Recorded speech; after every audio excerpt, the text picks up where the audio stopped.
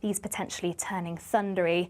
But for Saturday, after a cool start, there's going to be plenty of sunshine to go around, wall-to-wall sunshine for many areas, though starting to turn a little bit hazy across the very far northwest of Scotland. Some more clouds starting to edge in here, the potential for a very light shower into the afternoon. But for most, a dry start to the weekend and a very warm one too. Highs of around 23 degrees Celsius, particularly warm across central and southern parts of England.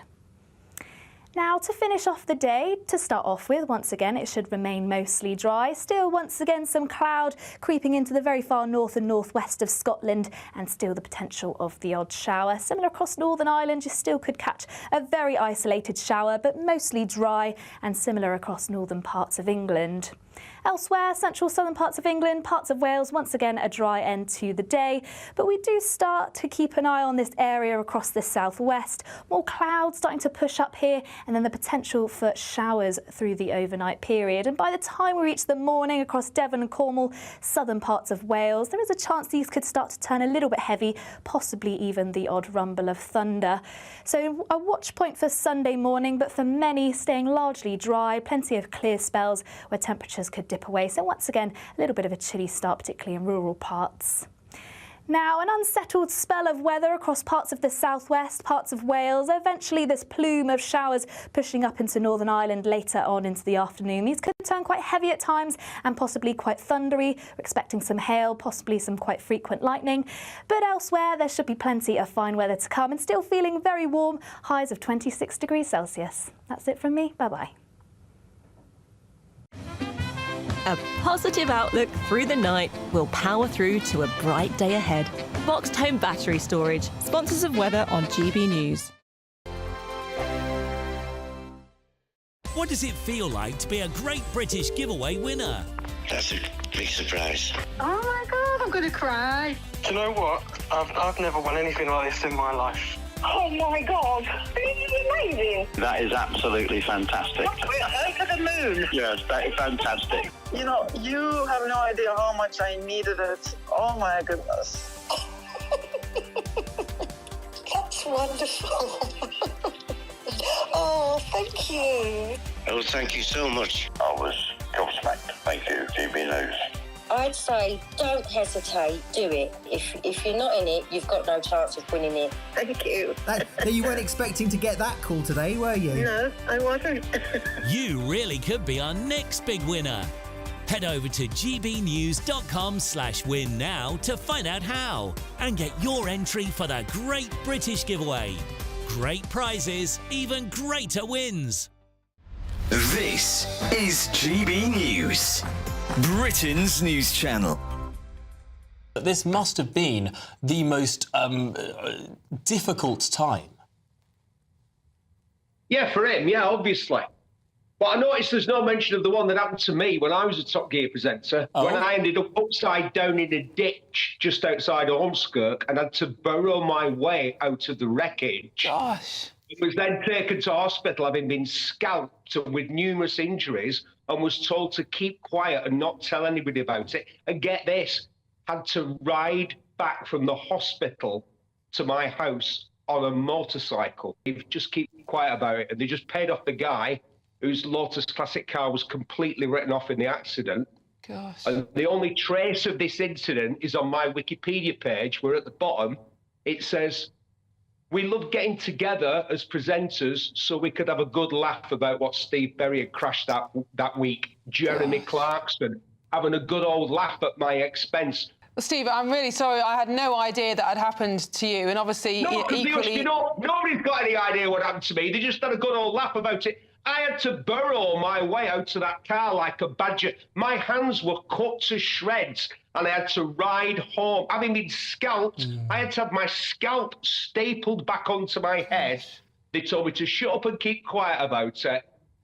And I got $6 grand. The problem for me is it's just dangerous. Once you start messing about with cars and motorbikes, it's just you're rolling the dice every single time you do it. And every so often it's going to come up snake eyes. And it did for Freddie. And I feel sorry for the lad. It's terrible what happened to him. But I'll tell you what, that £9 million must... well, it's a dangerous game, isn't it? Steve Berry, thanks indeed for joining us. GB News, the People's Channel.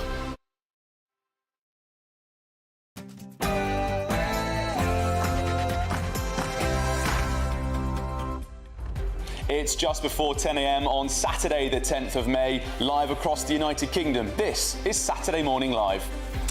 And the Prime Minister has arrived in Ukraine this morning ahead of a meeting dubbed the Coalition of the Willing. European leaders will discuss the situation in Ukraine as calls intensify for Russia to agree to a ceasefire.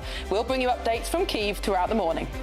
And in a GB News exclusive, 19-year-old Daisy Blakemore-Creedon, who quit the Labour group on Peterborough City Council after facing racist abuse for campaigning for CCTV to be installed in taxis, will join us in the studio.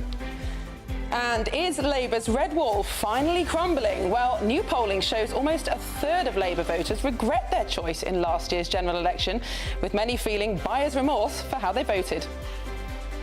And nearly 60% say that Labour has badly misjudged the impact of migration, and Reform UK continues to lead in the polls, with former Transport Secretary Louise Hay calling on Sir Keir Starmer to take a clear stance on what Labour stands for. Not taking the fight to them. We're not taking the fight, I don't think, to reform on those issues. And police are investigating a violent attack on a prison officer by Southport triple murderer Axel Ruda-Cabana at HMP Belmarsh in South London. Ruda-Cabana allegedly threw boiling water over the officer through the hatch of his cell door. And elsewhere today, do men ask enough questions of their partners on dates? We'll be debating that with two dating coaches. And as GCSE exams get underway this week, author and mental health expert Rachel Kelly will join us to share her top tips on resilience for both parents and their teenage children. Yes, the biggest stories, the boldest opinions and the liveliest debates over the next 2 hours. I'm Miriam Cates. And I'm Charlie Peters, and your weekend starts here.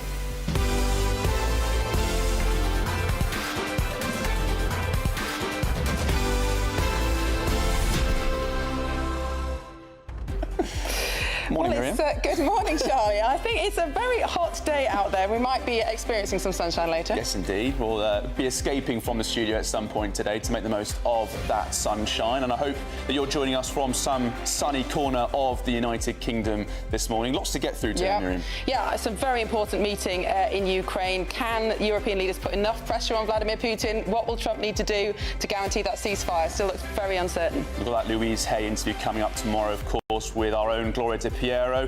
Keir Starmer once again in Europe showing that international leadership, but there's a lot of focus on those domestic issues. A lot of people saying that that's really the focus for the Prime Minister. More immigration worries on the front page of the Times today. And Miriam, we've got that exciting interview coming up in just a moment with Daisy Blakemore-Creedon. Yes, youngest councillor, I think, in the UK, 19-year-old former Labour councillor who has been subject to all sorts of, alleged bullying and even racist abuse for campaigning to make taxis more safer. Yeah, she's going to lift the lid on that in a moment, but plenty to get through today, and we want to hear what you think about all those stories. So please do send your views, post your comments by visiting gbnews.com/your say. But before that, Sam Francis has all your news headlines.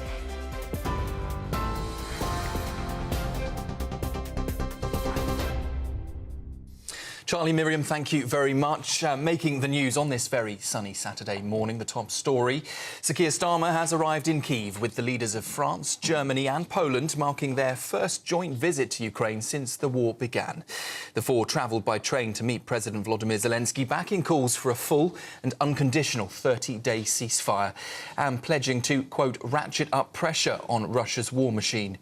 They say the bloodshed must end and Ukraine must prosper as a safe, secure and sovereign nation. Plans are also underway for a peacekeeping force ready to deploy if a ceasefire deal is reached. And today the leaders will visit Kyiv's Maidan Square, where flags fly for the fallen. Missiles, drones and cross-border fire. Tensions between India and Pakistan are rapidly escalating. Pakistan claims it's targeting multiple locations in India in revenge for missile strikes on its air bases, calling India's actions an act of war. India denies firing first and accuses Pakistan of provocative and escalatory attacks. The flare-up follows deadly strikes by India earlier this week after blaming Pakistan for a militant attack on tourists, something Islamabad flatly denies. Excuse me. Lord Mandelson has hailed the new UK-US trade deal as a platform for going further in his first interview since becoming Britain's ambassador to Washington. It rolls back tariffs imposed by Donald Trump on UK steel, aluminium and cars, with some now allowed into the US tariff-free. Mandelson said the deal didn't include scrapping the UK's digital service tax, though, despite pressure from the White House. He also praised Sir Keir Starmer's relationship with President Donald Trump, saying they stand up for their national interests.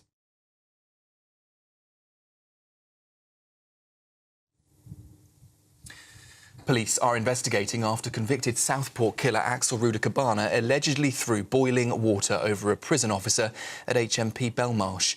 The officer was taken to hospital but discharged the same day.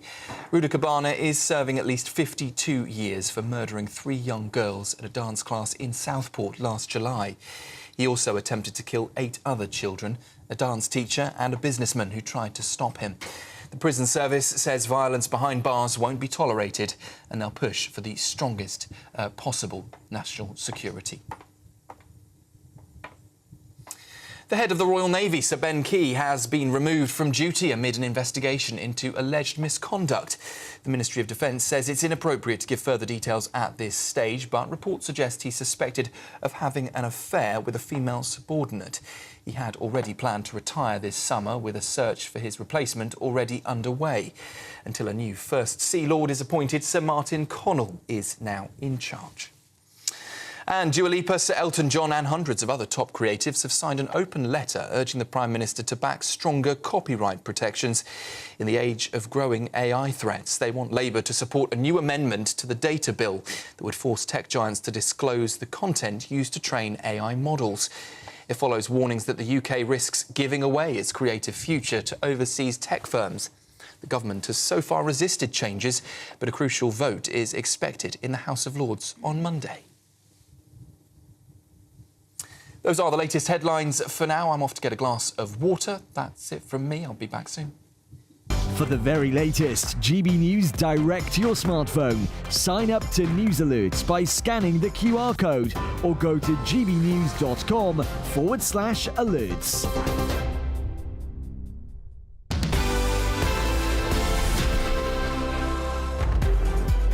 Well, thank you, Sam, and I do have some throat sweets you can borrow if you need them. Well, welcome back to Saturday Morning Live with Charlie Peters and Miriam Cates. Now, earlier this morning, the Prime Minister arrived in Ukraine's capital, Kyiv, as he prepared to meet other European world leaders for further talks on a Russia-Ukraine ceasefire. This follows President Trump's call for a 30-day ceasefire between Kyiv and Moscow, with warnings of further sanctions if not implemented. Well, back at home, new polling shared exclusively with GB News reveals that the Labour Red Wall is at risk of crumbling, with nearly a third of the party's voters now regretting their 2024 election choice. And that includes 58% of people who say Labour has badly misjudged the impact of migration. Well, joining us now is the Deputy Political Editor of the Mail on Sunday, Anna Mikhailova. Anna, good morning to you. Let's start with Ukraine, this big meeting between Sir Keir Starmer and other European leaders, clearly hoping to make progress on a ceasefire. But so far, Putin doesn't seem to be willing to play ball. What do you think the outcome's going to be? Well, I think a lot of this is optics for this visit. So it is quite a clear response to President Putin's gathering of 20 leaders for VE Day this last week, where obviously he sat, those pictures of him sitting next to President Xi were quite stark. And so now, we've got the coalition of the willing gathering in Kyiv really showing a show of support for President Zelensky.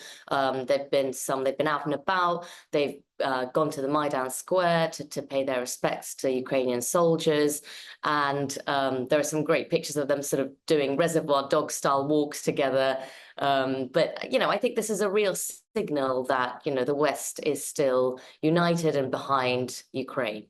Anna, this is a visit, as you say, drenched in symbolism, that very visual effect of them all gathering together. But how much of an effect can these European leaders have without the full backing of Washington?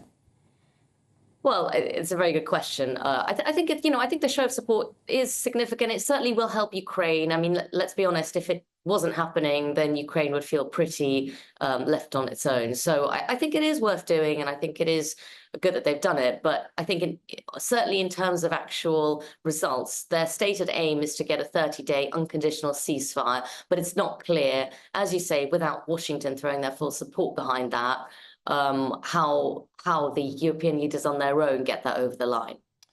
Now, Anna, let's move back to UK politics. There's been some quite interesting polling showing how many Labour voters regret their choice at the last general election. But also, Louise Haigh, the Transport Secretary, who, of course, had to resign over allegations of previous fraud, she's had some interesting words to say about Keir Starmer. Margaret Thatcher. She used to like picking battles. Why was she right to do so? Yeah, why was that good politics? Margaret Thatcher is a perfect example of that because she drew her strength from that conflict. But that meant that people knew exactly who she was and what she was for. Banning fire and rehire is just almost as popular with Reform voters as it is with Labour ones. But they're just not hearing it at the moment because we're not taking the fight to them. We're not taking the fight, I don't think, to reform on those issues. So, Anna, do you think that Keir Starmer will heed these words? Do you think he needs to be a little bit more like Margaret Thatcher? Well, I certainly think that taking the fight to reform is part of Downing Street's thinking right now. We're about to see the details of the immigration white paper. There's been quite a lot of noise about how Labour's going to crack down on immigration and essentially take on reform on its own turf. And there isn't a more reform issue than immigration. But I think, with the polling, it really is stark how much people who voted Labour are saying in this poll that they essentially have doubts about their vote. The implication is if they were voting again this year, they might not vote the same way.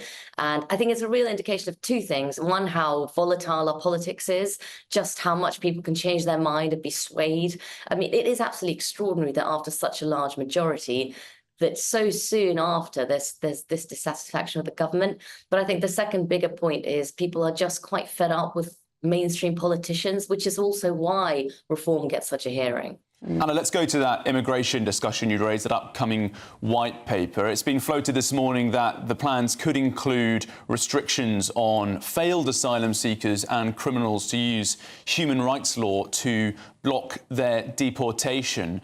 They're going to need a lot more measures like that in order to get net migration down to fend off this reform threat. Yeah, I think absolutely. I mean, we're very much waiting to see the detail. There's been a lot of talk about this white paper, so that we will know more this week. And the big question is, will it be enough, as you say? Right, well, Anna Mikalova, thank you very much for joining us. And you can watch that full interview with Louise Haigh and Gloria Di Piero here on GB News at 2:30 tomorrow afternoon. Great. Well, at GB News, we love to hear what you think. Every day we run our poll of the day. And today we're asking, can we ever trust Putin to honour a ceasefire? Well, we'll be bringing you the live results throughout the day, so make sure you stay tuned. You can vote there using that QR code on your screen now. And the final result will be announced in Nana Akwia's show later on. Now, moving on, this week, a 19-year-old Daisy Blakemore-Creedon quit the Labour group on Peterborough City Council after facing what she calls racist abuse for campaigning for CCTV to be installed in taxis. Yes, the now independent councillor faced significant backlash after campaigning for the measure, with fellow councillors claiming that she and her family were targeting Asian Labour councillors.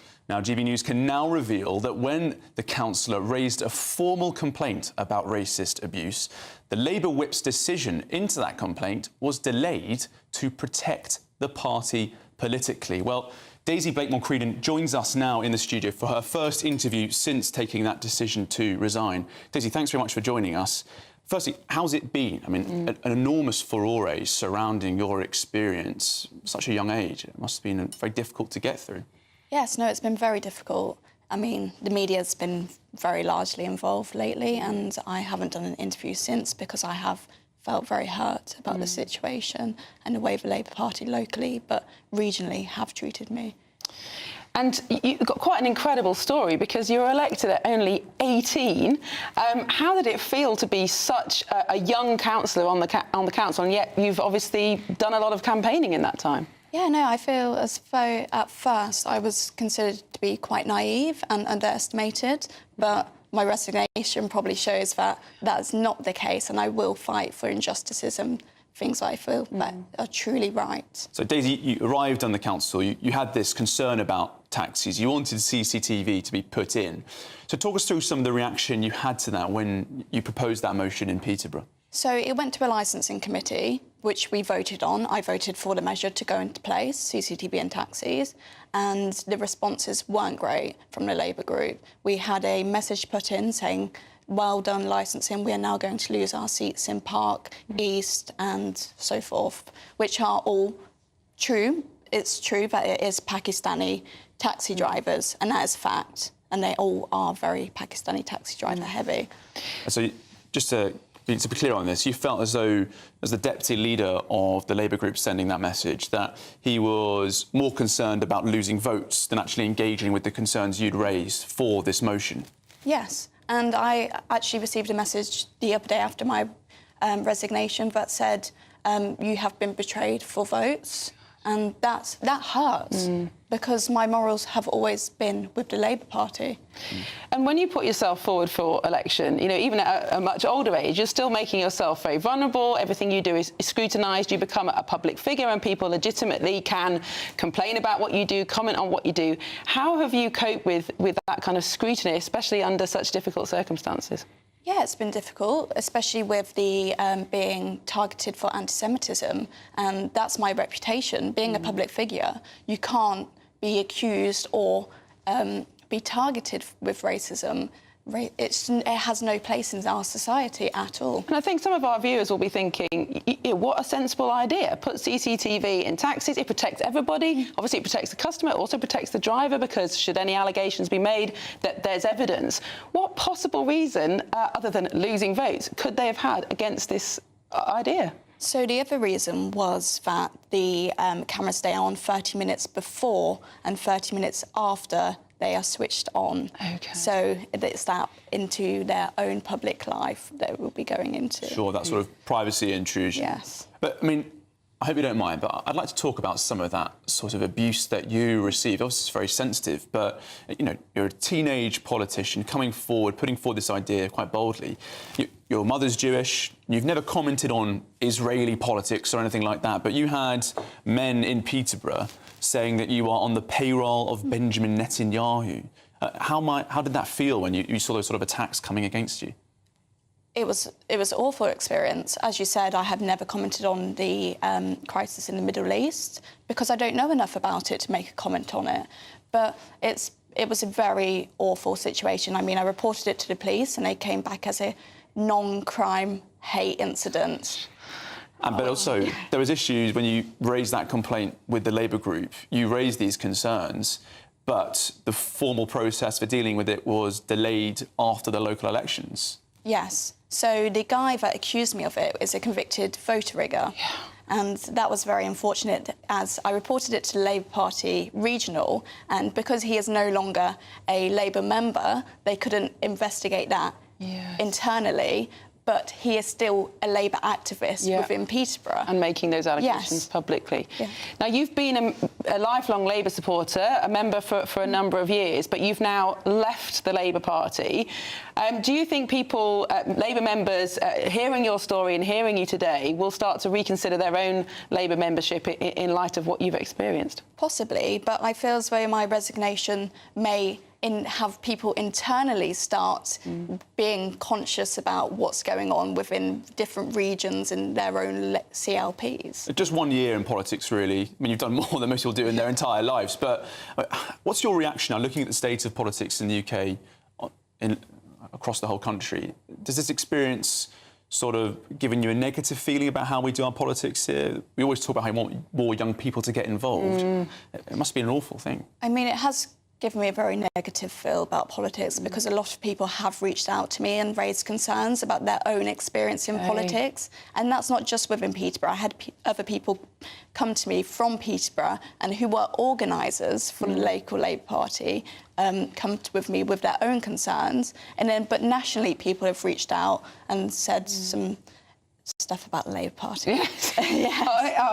Not experiencing anything as near as bad as what you've been through, but it is a tough job being in politics. But are you going to carry on with your taxi safety campaign now you're an independent councillor? Yes, definitely. I will be putting out a petition so that we can hopefully get national government to have a discussion about a national proposal for CCTV in taxis, because it safeguards not just a passenger but a taxi driver itself. Daisy, I think the rest of your family have voted for different parties. I think some members of your family have voted for Reform recently.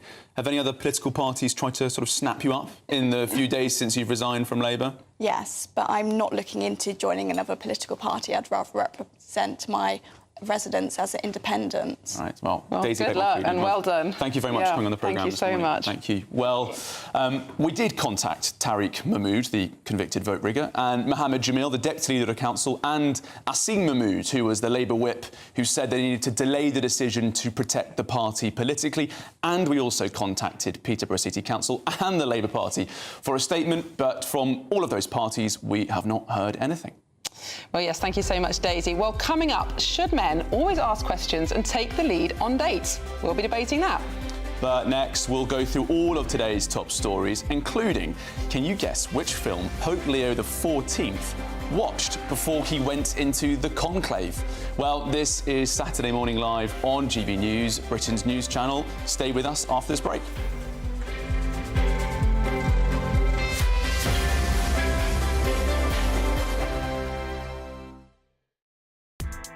Join me, Nana Akweer, for an informative, interactive news programme with a difference. It's fun. No, you didn't say that, Dave. I'm so surprised. I think there's an element of truth to that. Join me from 3 p.m. every weekend, only on GB News, Britain's news channel. We're proud to be GB News, the People's Channel. And as you know, we always love to hear your views. Now, there's a new way of getting in touch with us at gbnews.com/your-say. By commenting, you can be part of a live conversation and join our GB News community. You can even talk to me, Bev Turner, or any of the members of the GB News family. Nana Akweer, weekends from 3 p.m. They're saying all the right things. They've set some examples. They've given a bit of perspective. You know, I think it is true. I don't think there is a toxic environment working there. I worked for the BBC for 31 years and I still contribute to the BBC and I'm in touch with a lot of people that work there. I don't think anyone would say it's toxic, but it is true. There are pockets of bad behaviour. There are certain individuals who have regarded themselves as untouchable, where people feel they can't speak up. So I think the report's accurate, and I think, you know, a reset on behaviour, the emphasis on calling it out, more transparency and improved HR process, all of that is really good. But my two main concerns, one is we've been here before, haven't we? Because we had a report after the Jimmy Savile scandal, and that just, you know, it felt like really nothing changed after that. So my concern is this is just going to be another report, lots of fine words and so on, nothing really changes significantly. The second thing I think is missing from the report, and it hardly gives any attention to this, is the huge salaries that are earned by some individuals, both in front of the screen and behind the camera, you know, in managerial roles and senior editor roles. And, you know, compared with what producers and journalists are earning, there are massive imbalances there. There are some people who are earning 200, 300, 400, 500,000 pounds and more, working with people who are on 35, 40,000 pounds. And when you get imbalances like that, that accentuates the risk of bad behaviour. It creates disharmony within teams, and I've seen it myself. GB News, the People's Channel. What is the state of our economy? What is the state of our National Health Service? What is the state of our schools? What on earth is going on? Understanding Britain means understanding the state we are in. This is State of the Nation with me, Matt Goodwin, Wednesdays, Thursdays and Fridays from 8 p.m. on GB News.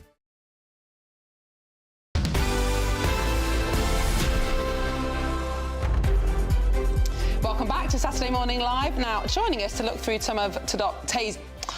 Start that again. Then, joining us to look through some of the top stories of today, we're joined by former Conservative Special Advisor Charlie Rowley and political commentator Dominic Moffat.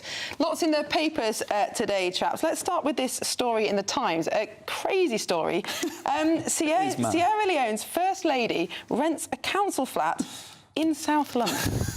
She does, apparently. Doesn't really need the property, though, does she? Doesn't need it. If you're the First Lady of Sierra Leone, where the President has got a fleet of properties and planes, trains, automobiles, anything that you can probably want or desire, but rents a council flat in Suffolk.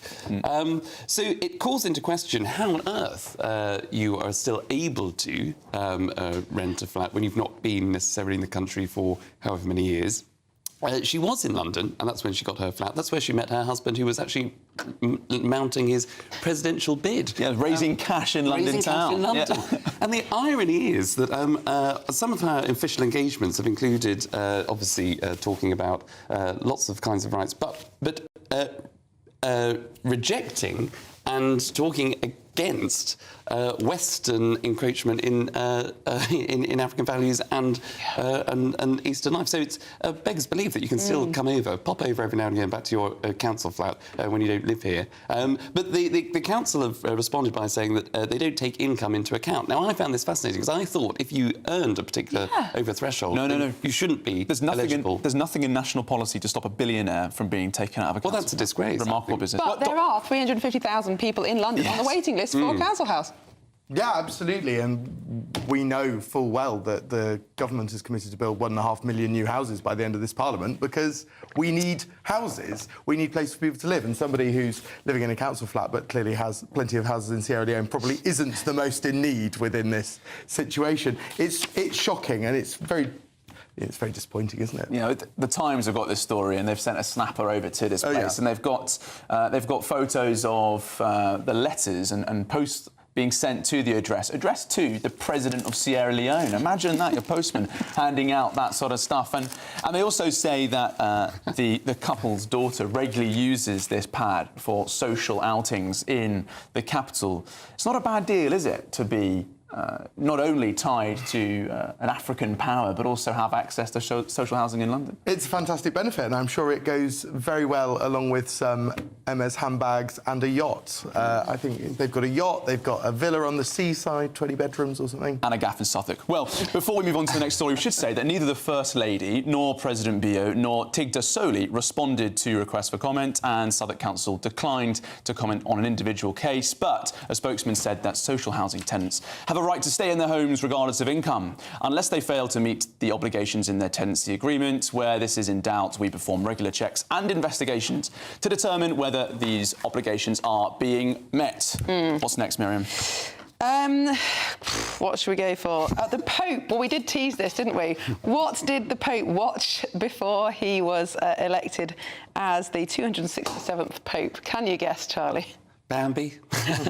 Was it? Greece? Greece, I don't know. No, it wasn't. It was apparently Conclave. Conclave, a film I've not seen, but I'm yet to watch. Although if it's anything like the real thing that we saw the other day, I don't think it's particularly exciting by the looks of things. It was all over in a flash, wasn't it? No. Yeah, much quicker than people expected. But I have also not seen Conclave, but it has been an incredibly popular film, and the rumours are that the Vatican officials were getting the cardinals to watch this in advance because it is a pretty accurate description of what goes on. Well, I have seen Conclave, so there you go. At least finally someone has. It's a really lovely story, isn't it? This bishop who's nervous about participating in Conclave rings his brother up to kind of talk through the kind of mundaneness of his everyday life. Talk about, what did you do? Oh, I've just finished watching Conclave. Now I'm going into a real Conclave. What did you do this morning? I played Wordle again, like me. And then he played the man of the people. Exactly. And then he played Words with Friends with his brother as well. It's a lovely insight into this kind of Archbishop Cardinal's life, and then obviously he's been picked as the next pontiff. Well, I too have seen the film, and I won't spoil it for any of our viewers and listeners, but I do hope actually that the real process is not as exciting and sort of full of backstabbing as the Conclave film makes out. Let's move on now to British affairs. Well, I think this story about the head of the Royal Navy being suspended over these claims of an affair with a subordinate are really interesting, because the Royal Navy is in a pickle. You know, more admirals than ships at the moment. And when Sir Ben Key had his resignation floated in the week, they suggested, Charlie, didn't they, that this was because he was looking at the barrel and didn't like what was going on in the Navy. And now fresh details emerge. Exactly, yes. And I think there were plans for him to sort of resign in the summer or to step down, but obviously allegations come to light and an investigation has come about, been reported, therefore I think he's gone slightly earlier. But it's the first of its kind, I think, in its 500-year history. Somebody at the very top of the Royal Navy is being investigated in this particular way. It is an interesting question. I pose that word with some sort of reservation because it's a consensual relationship, obviously, between two people. It falls below, you could argue, below the standards of public life. You know, if politicians had an affair years ago, then of course they'd have to resign. Nowadays, do the public take a slightly more liberal view? Maybe they do, but clearly within the Navy there's a particular protocol and ways of doing things and the standards to still uphold, which he's fallen below the standard of and therefore has had to go. But it does pose a question, actually. Can two adults actually continue to have a relationship if they choose to, without having to resign from a top job? I would say, Dominic, that the issue here is more about national security, because once you're in a sensitive position like that, you're a married man, you could then have pressure put upon you by a foreign power to reveal the fact that you could be having an affair. Oh, absolutely. And look, we know that Ben Key has failed what I think they termed the service test. It's not an illegal act, but what it is it's outside of naval regulations.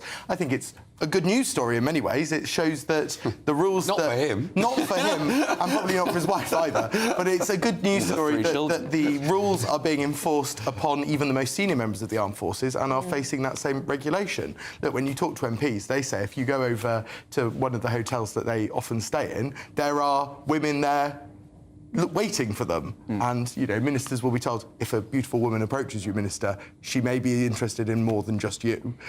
This is the same thing, right? Not that this affair is itself... The problem is the ability to blackmail. That's the security risk. Yeah, but it is an interesting question. Obviously, in this case, you know, it's all alleged, but it was an affair. But there is a bigger question about should you be able to have a relationship with somebody in your organisation. Lots of organisations ban it now, and yet traditionally a lot of people met their partners at work. So well, exactly, because she's not a randomer. She's she's in the Navy herself. Understand. So she's not.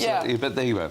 She's the direct junior, though, isn't there we go. Subordinate is a term. That's what they say. All right, Charlie, Dominic, thank you so much for that. Well, it's now time for our daily reflection. The GB News Daily Reflection.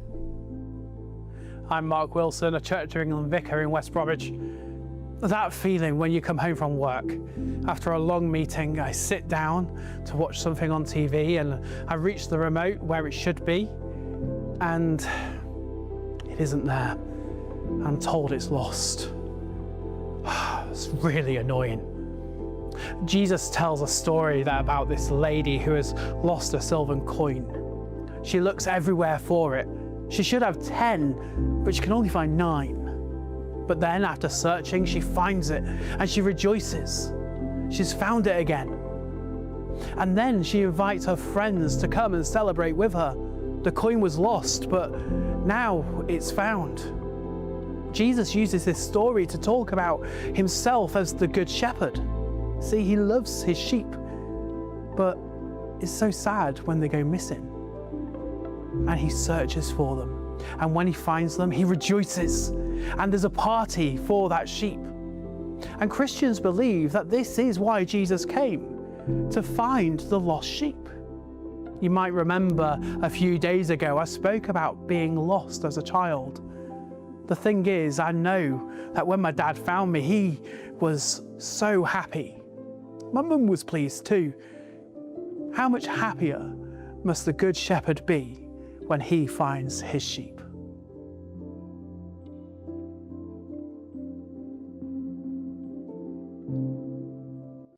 Well, still to come on Saturday Morning Live, should men always ask the questions and take the lead on dates? We'll be debating that, but first, it's your latest news headlines with Sam Francis.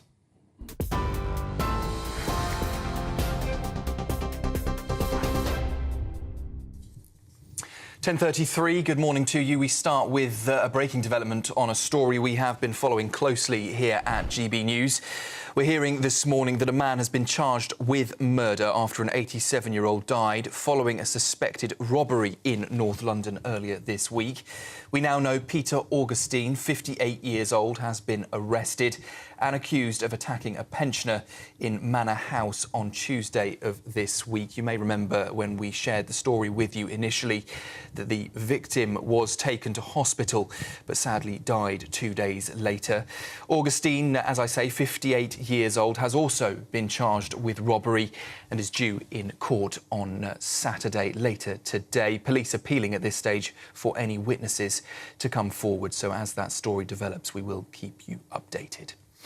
In other news this morning, Sir Keir Starmer has arrived in Kyiv with the leaders of France, Germany and Poland. It marks the first joint visit of the group to Ukraine since the war began. The four travelled by train to meet President Zelensky, backing calls for a full and unconditional 30-day ceasefire and pledging to, quote, ratchet up pressure on Russia's war machine. They say the bloodshed must end and Ukraine must prosper as a safe and sovereign, secure nation. Plans are also underway for a peacekeeping force ready to deploy if a ceasefire deal is reached. And today the leaders will visit Kyiv's Maidan Square, where flags fly for the fallen. Missiles, drones and cross-border fire as tensions between India and Pakistan are rapidly escalating today. Pakistan claims it's targeting multiple locations in India and in revenge for a missile strike, calling India's actions an act of war. India, though, denies firing first and is accusing Pakistan of provocative and escalatory attacks. The flare-up follows deadly strikes by India earlier this week after blaming Pakistan for a militant attack on tourists, something Islamabad flatly denies. Lord Mandelson has hailed the new UK-US trade deal this week as a platform for going further in his first interview since becoming Britain's ambassador to Washington. It rolls back tariffs imposed by Donald Trump on UK steel, on aluminium and on cars, with some now allowed into the US tariff-free. Mandelson said the deal didn't include scrapping the UK's digital services tax, though, despite pressure from the White House. He's also praised Sir Keir Starmer's relationship with President Donald Trump, saying they both stand up for their national interests. And Dua Lipa, Sir Elton John and hundreds of other top creatives have all signed an open letter urging the Prime Minister to back stronger copyright protections in an age of growing AI threats. They say they want Labour to support a new amendment to the data bill that would force tech giants to disclose the content used to train AI models. It follows warnings that the UK risks giving away its creative future to overseas tech firms. The government has so far resisted any changes, but a crucial vote is expected in the House of Lords next week. You're up to date just after 10:30. I'll be back with you for a full roundup at the top of the hour, and Charlie and Miriam will be back after this. For the very latest GB News direct to your smartphone, sign up to News Alerts by scanning the QR code or go to gbnews.com/alerts.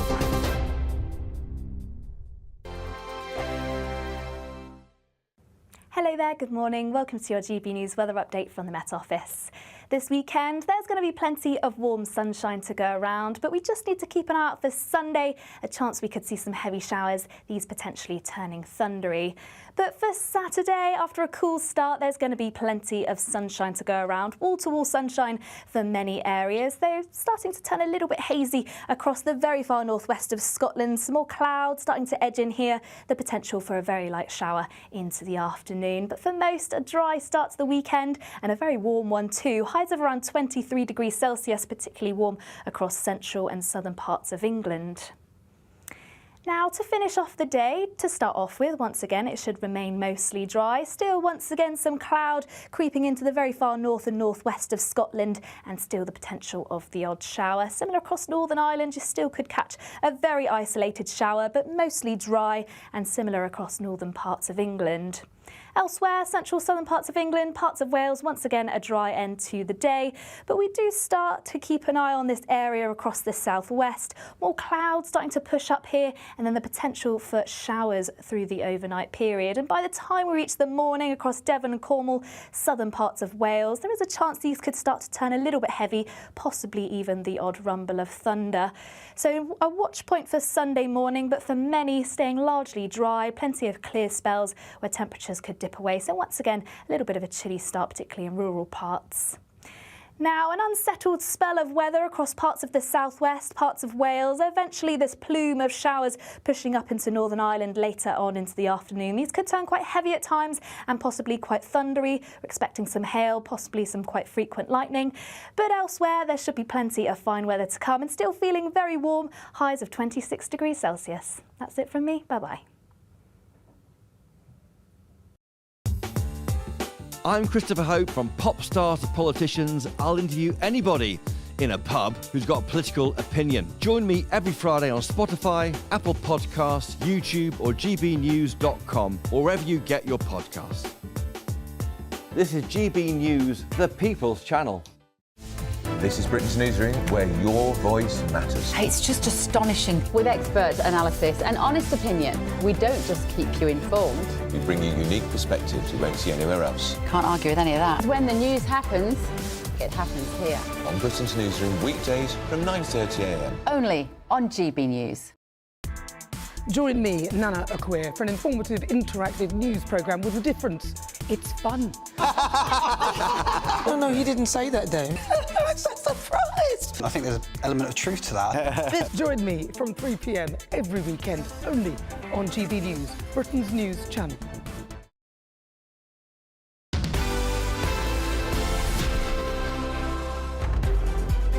Welcome back. Now, should men always ask questions and take the lead on dates? What do you think, Miriam? Well, I think it's a very interesting question that gets to the heart of what's the difference between men and women. Well, anyway, that is what we're going to be debating today after Mary Wakefield, who, of course, is the wife of Dominic Cummings, wrote an article in The Spectator this week asking why don't men ask questions? And she cited lots of evidence from women of all ages who say that their dates fail to show enough interest in them because they don't ask any questions. So does conversation need to be reciprocal, or is it OK for men to take a more relaxed approach to chat? Well, joining us now to debate this is dating coach Nadia Essex and non-traditional relationship coach Ray Michelson. Nadia, I'll start with you. Men, do they need to ask more questions? Absolutely. I mean, it is from the dawn of time. When it comes to dating, the men take the lead. And, you know, men moan about the male loneliness epidemic. And it's like, well, then their actions go against it. It's like, it's not that difficult to ask questions on a date. Out of, I would say, 100 women I know, none of those women go on a date just for fun. They're going because they want to try and find a potential partner. Out of the 100 men I know, at least half of them will go on a date just to pass the time, because they'd rather be on a date on a Friday night than sitting at home by themselves, with absolutely no intention of taking this any further. So how do you know if you are a part-time date or a potential, unless the man is engaged and you pick up on the nuances that he makes effort, he initiates, he asks questions, he's engaged? It's just simple, like, obvious biology, surely. Ray, what do you think? Because in this article, Mary Wakefield, her conclusion is that men and women are different. They're interested in different things, and women should not expect men to be interested in the same things that they are. What do you think? Well, for me personally, I mean, I've been happy in a very long relationship for 27 years now, and we have mutual communication. It may be a case of that the guys are a little bit nervous about making a wrong question or a faux pas. So therefore, why can't women take the lead? Why can't women start and break the ice and start with the questions, and then it's give and take from there, and talk to each other, show an interest in each other's lives, and it'll go from there. It's all about comfort. And a lot of the time, I mean, a lot of the men I work with and I know have comfort issues. It's like they're scared to basically make a fool of themselves or ask the wrong question. Nadia, That's not a women's issue, though. Sorry to interrupt, but that's not a women's issue. But it is if women don't like it. But we're being asked to solve an issue. If men don't feel confident, there are enough people on the internet for them to go, and resources for them to go and boost their confidence. Why is it that women suffer? The men? The women could because take men the lead don't as feel well. confident because they're scared to say the wrong But Ray, thing. the problem we have for you said that women could take the lead as well. I think that the point is a lot of women want men to take the lead, and the problem I've had in the past actually is that I'm a reporter, and in many cases sometimes my dates can start to feel like an interview. I ask so many damn questions, and that can be a bit of an issue.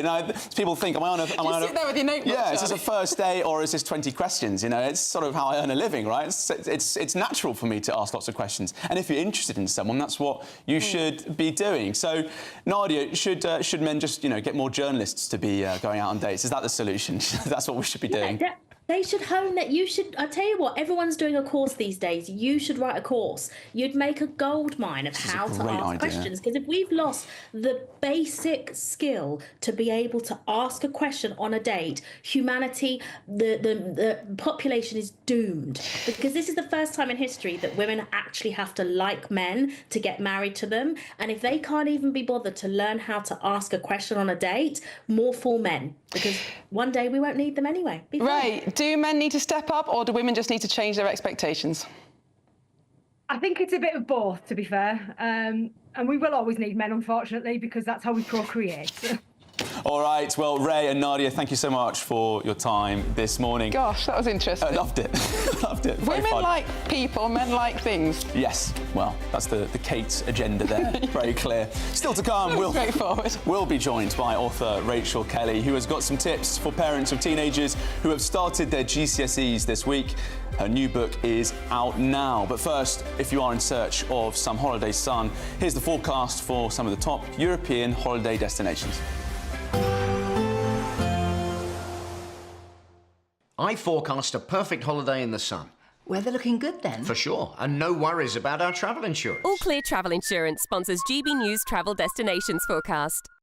An unsettled spell across central parts of Europe, the potential to see some quite heavy thunderstorms, but elsewhere it should be mostly dry. Plenty of sunshine, bar the odd shower across parts of Greece, but Croatia, Montenegro, plenty of sunshine here. But as we shift our way further west, some heavy thunderstorms possible, particularly across northwestern parts of Spain, southern parts of France, but elsewhere across Spain and Portugal, Madeira and also Tenerife, largely dry with sunny spells and feeling warm in the sunshine too. All Clear Travel Insurance sponsors GB News Travel Destinations Forecast.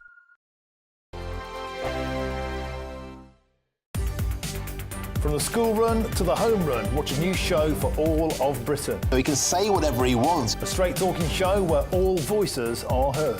And, when are we going to stop talking about smashing the gangs and actually do it? With the stories that matter from every part of our country. There's a bit of a crash landing there for your Chancellor. Bold, fearless and standing up for you. That's me, Martin Daubney, 3 p.m. till 6 p.m, weekdays, here only on GB News. The People's Channel, Britain's news channel. Mornings don't have to be tiresome, especially if you have the right company. Wake up to news as it happens, opinion and debate, and of course, a little bit of entertainment too. Because when the kettle's on, we're on. That's Breakfast on GB News, a show worth waking up for. Every morning from 6 a.m. Only on the People's Channel, Britain's news channel. We'll spread the news, you spread the word. The royal family is an enduring symbol of tradition, unity and pride for Britain. At GB News, we celebrate what makes this country great. In our new royal newsletter series, you can join me, Cameron Walker, for Inside the Palace, an exclusive look every week that takes you beyond the gates and brings you the very latest from those at the heart of the monarchy. Never miss a royal moment again. Sign up now. Go to gbnews.com/royal newsletter and get the latest straight to your inbox. It's Patrick Christie's Tonight, and here we do things differently. It's explaining the absolute madness of this, doesn't it? It's explosive. I mean, this is very good. It's lively. 850. Your government sat there, Sean, and it did nothing. It's controversial. And the Middle East has been in turmoil since before I was born. It's everything you need to kickstart your evening. Everyone's had their Weetabix tonight. I love to see it. That's Patrick Christie's Tonight, weeknights from 9 p.m.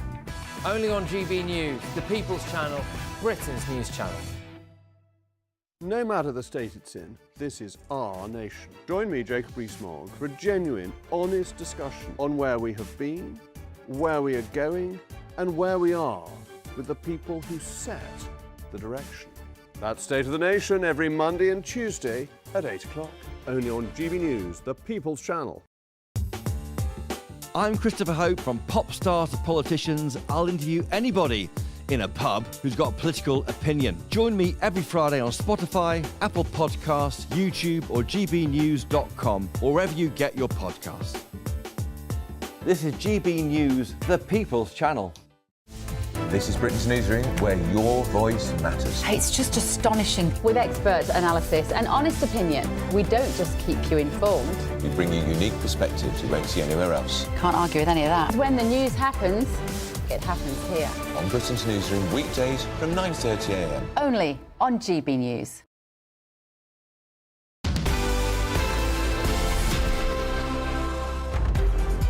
Welcome back. Teenagers across the country start their GCSE exam this week in what can be a very anxious and stressful time for them and their families. Well, author and mental health expert Rachel Kelly has written a new book all about teenagers, saying that raising resilient teenagers begins with becoming a more resilient and better informed parent. And her new book, The Gift of Teenagers, is out now. And Rachel joins us to tell us more. Rachel, thank you so much for coming into the studio this morning. Why did you decide to write this book? Well, I've been writing about mental health since 2014. I wrote my own memoir about my own experience of anxiety and depression. And after that, I was lucky. It was a Sunday Times bestseller, and I got involved with a bunch of mental health charities, became an ambassador for SANE and Rethink Mental Illness. And about 5 years ago, I started getting messages from worried parents. Don't know what's going on with my teenager, they're struggling, life's getting difficult. And I realised that the time had come to pivot to young people, because that's where we've got a problem in mental health right now. So your premise is that if parents are anxious and display their anxiety, that anxiety rubs off on teenagers and actually just makes the whole situation worse. Absolutely. I was really struck quite early on in my research, sort of going around talking to teenagers and parents and teachers, but also psychiatrists and psychologists. I remember talking to an adolescent psychiatrist, and she worked with stick figures, so 2 parents and an anxious teenager. And what really freaks out the teenager, who's dealing with a lot, you know, hormonal changes, loads going on in their brain, what really freaks out the teenagers is if the stick figures of the parents collapse. They just can't cope. They're overwhelmed themselves. They don't need us to be overwhelmed. Our role is to be calm and steady, and that's what the book is about. Like, yes, this is a dead challenging period, but also it's a chance for growth, and it's a chance for us to work on our own ability to stay calm. So that's why I call it The Gift of Teenagers. And Rachel, reading the book during the week, a key theme that came up was about communication, about the need for parents to express their own needs and to be bold with boundaries as well. Yes. Did you draw on your own experiences of that? And were you sort of, I don't know, learning as you were going along, or did you have good instruction for this yourself? Yes, well, I have shepherded 5 of my own children through adolescence, so my youngest is 21 now. So it was partly formed, you know, by my experience, but actually I was out there sort of chatting to other parents and talking to teenagers themselves, like, what works well, what's a good way to communicate? One of the bits of research I looked at, which is about the power of language. So a really nice one is just to use the word consider, because teenage brains are all about autonomy and developing their independence, and rightly so. There's a phrase called individuation, which is when they're becoming themselves. So they want to feel there's a choice. So if you want to get your teenagers to do something, instead of saying, you know, tidy up your room, you know, would you consider? And then it feels like it's their choice.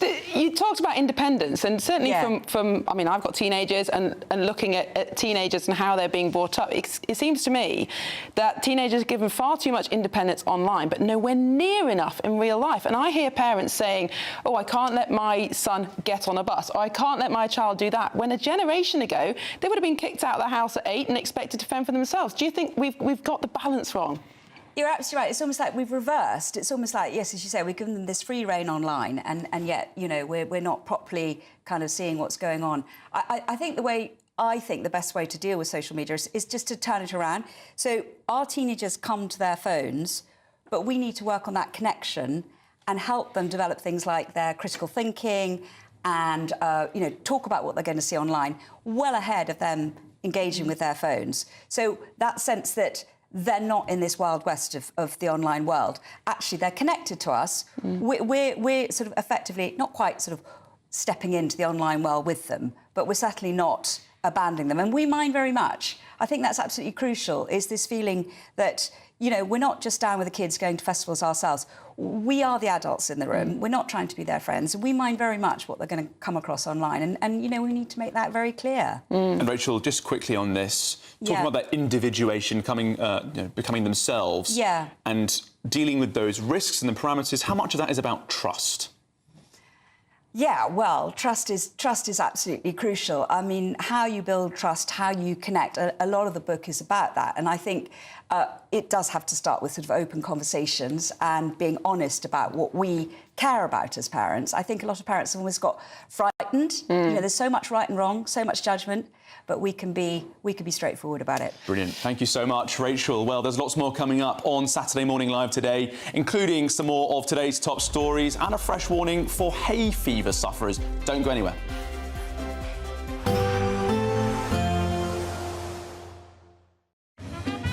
A positive outlook through the night will power through to a bright day ahead. Boxed Home Battery Storage, sponsors of weather on GB News. Hello there. This is your latest GB News weather update provided by the Met Office. It is looking like a fine, dry and sunny weekend to come for many of us.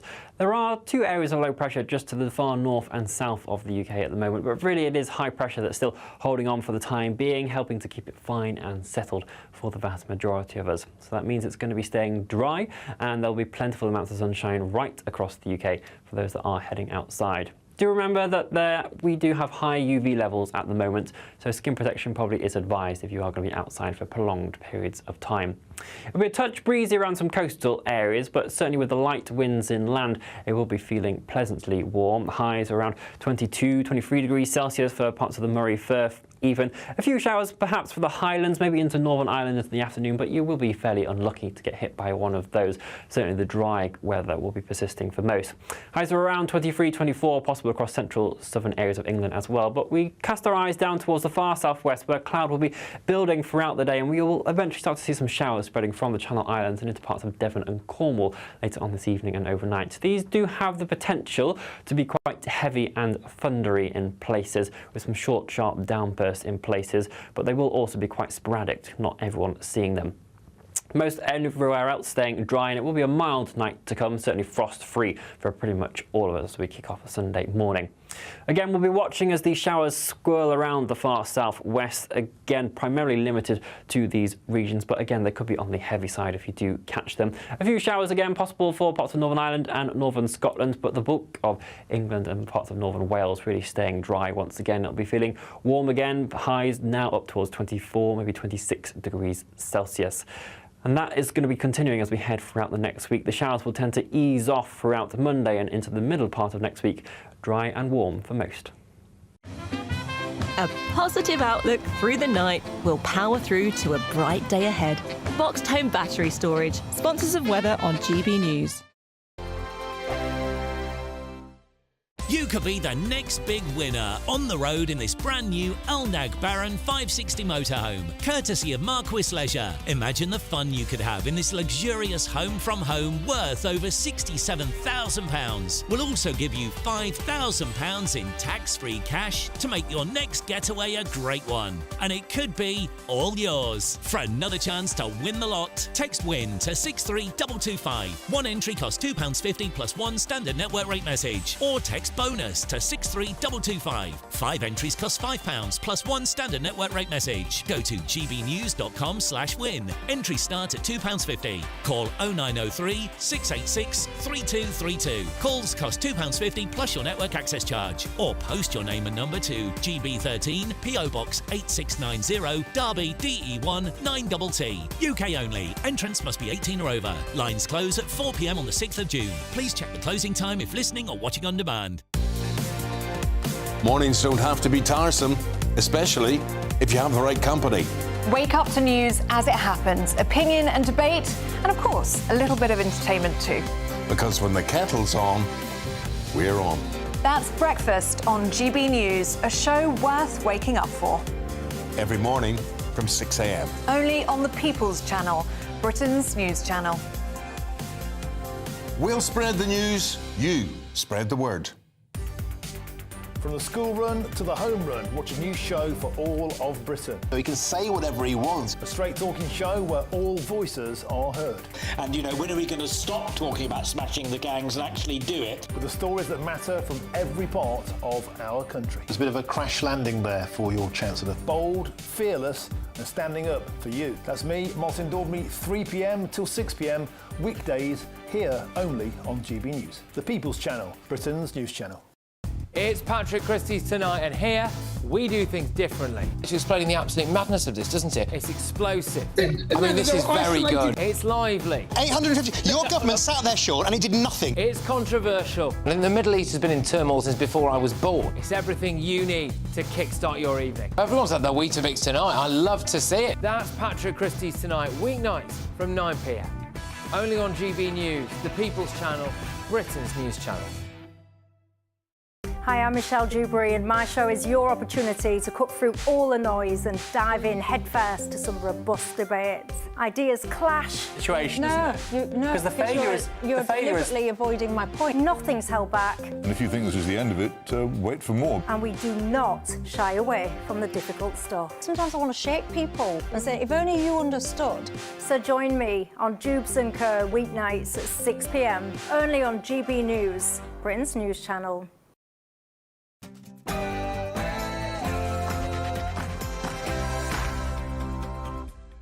Good morning, it's just before 11 a.m. on Saturday the 10th of May, live across the United Kingdom. This is Saturday Morning Live. And the Prime Minister has arrived in Ukraine this morning ahead of the Coalition of the Willing meeting, where European leaders will discuss Ukraine as calls intensify for Russia to agree to a ceasefire. We'll bring you updates from Kyiv throughout the morning. And is Labour's red wall finally crumbling? New polling suggests almost a third of Labour voters regret their choice in the 2024 general election, with many feeling buyer's remorse for how they voted. And nearly 60% say that Labour has badly misjudged the impact of migration. And Reform UK continue to lead in the polls. Former Transport Secretary Louise Haigh calls on Sir Keir Starmer to take a clear stance on what Labour stands for. Not taking the fight to them. We're not taking the fight, I don't think, to reform on those issues. And speaking last night, the British ambassador to the United States, Lord Mandelson, described the trade deal between Britain and America this week as a platform for going further and opening up more trade opportunities. We'll be drilling down into all the details of the deal and what could be next. And police are investigating a violent attack on a prison officer by Southport triple murderer Axel Ruda-Cabana at HMP Belmarsh, allegedly throwing boiling water through the hatch of his cell door. And the sunny weather is here, and with it comes hay fever. Well, pharmacists today are warning the public against buying unlicensed hay fever jabs online. So we'll be joined by a pharmacist who'll share her top tricks for hay fever sufferers at home. Now, it's got the biggest stories, the boldest opinions and the liveliest debates over the next hour. I'm Charlie Peters. And I'm Miriam Cates. Your weekend starts here.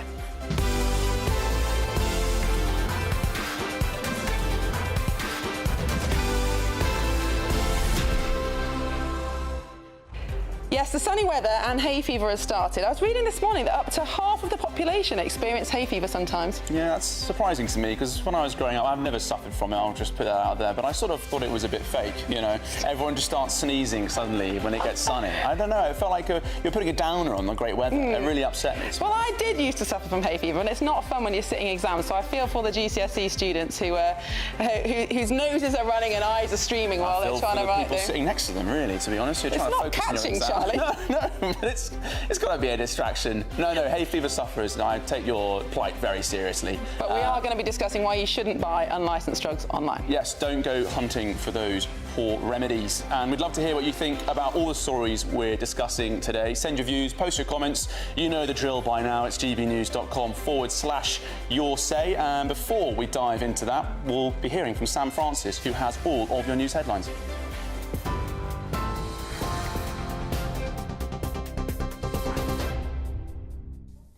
Very good morning to you. Before we get on to the news, a quick fact check from the newsroom. I can confirm hay fever is indeed real, Charlie, just to confirm.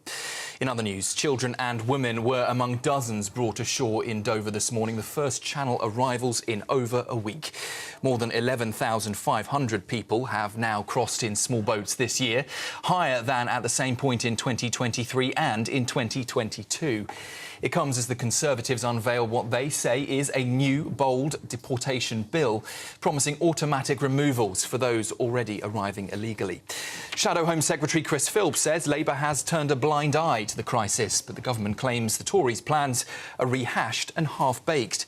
The Home Office insists, though, there is a serious plan in place to dismantle smuggling gangs and to take back control of the borders. Sir Keir Starmer has arrived in Kyiv with the leaders of France, Germany and Poland, marking their first joint visit to Ukraine since the war began. The four travelled by train to meet President Volodymyr Zelensky, backing calls for a full and an unconditional 30-day ceasefire. They're also pledging to ratchet up pressure on Russia's war machine. They say the bloodshed must end and that Ukraine must prosper as a safe and secure sovereign nation. Plans are also underway for a peacekeeping force ready to deploy if a deal is reached. Today, the leaders will also visit Kyiv's Maidan Square, where flags fly for the fallen. An update on the news we brought you in the last half hour that a man has now been charged with murder after an 87-year-old died following a suspected robbery in North London this week. Peter Augustine, 58 years old, was arrested and accused of attacking the pensioner in Manor House on Tuesday. The victim was taken to hospital but sadly died 2 days later. Augustine has also been charged with robbery and is due in court on Saturday. Protesters are set to gather in Parliament Square in London later today, demanding peace and an end to the growing conflict between India and Pakistan. The Foreign Secretary David Lammy and other G7 ministers are urging immediate de-escalation and warned that further military escalation poses a serious threat to regional stability. It comes after 26 Hindu tourists were gunned down in Kashmir last month, a massacre India blames on Pakistan, though Islamabad denies it. Pakistan claims it's targeting multiple locations in India in revenge, calling India's actions an act of war. Lord Mandelson has hailed the new UK-US trade deal as a platform for going further in his first interview since becoming Britain's ambassador to Washington. It rolls back tariffs imposed by President Donald Trump on UK steel, aluminium and on cars, with some now allowed into the US tariff-free. Mandelson said the deal didn't include scrapping the UK's digital services tax, despite pressure from the White House. He also praised Sir Keir Starmer's relationship with President Trump, saying they both stand up for their national interests. Police are investigating after convicted Southport killer Axel Rudakabana allegedly threw boiling water over a prison officer at HMP Belmarsh. The officer was taken to hospital but discharged the same day. Rudakabana is serving at least 52 years for murdering 3 young girls at a dance class in Southport last July. He also attempted to kill 8 other children, a dance teacher and a businessman who tried to stop him. The prison service says violence behind bars won't be tolerated and they'll push for the strongest possible punishment. The head of the Royal Navy, Sir Ben Key, has been removed from duty amid an investigation into alleged misconduct. The Ministry of Defence says it's inappropriate to give any further details at this stage, but reports suggest he's suspected of having an affair with a female subordinate. He had already planned to retire this summer, with a search for his replacement underway. Until the new First Sea Lord is appointed, Sir Martin Connell is now in charge. And just before I hand you back to Charlie and Miriam, Dua Lipa, Sir John Elton John and other top creatives have all signed an open letter urging the Prime Minister to back stronger copyright protections in the age of AI. They want Labour to support a new amendment to the data bill that would force tech giants to disclose the content used to train AI models. It follows warnings that the UK risks giving away its creative future to overseas tech firms. The government has so far resisted any changes, but a crucial vote is expected in the House of Lords on Monday. That's it from me for now. I'll hand you back to Miriam and the hay fever denier, Charlie Peters. For the very latest GB News direct to your smartphone, sign up to News Alerts by scanning the QR code or go to gbnews.com/alerts.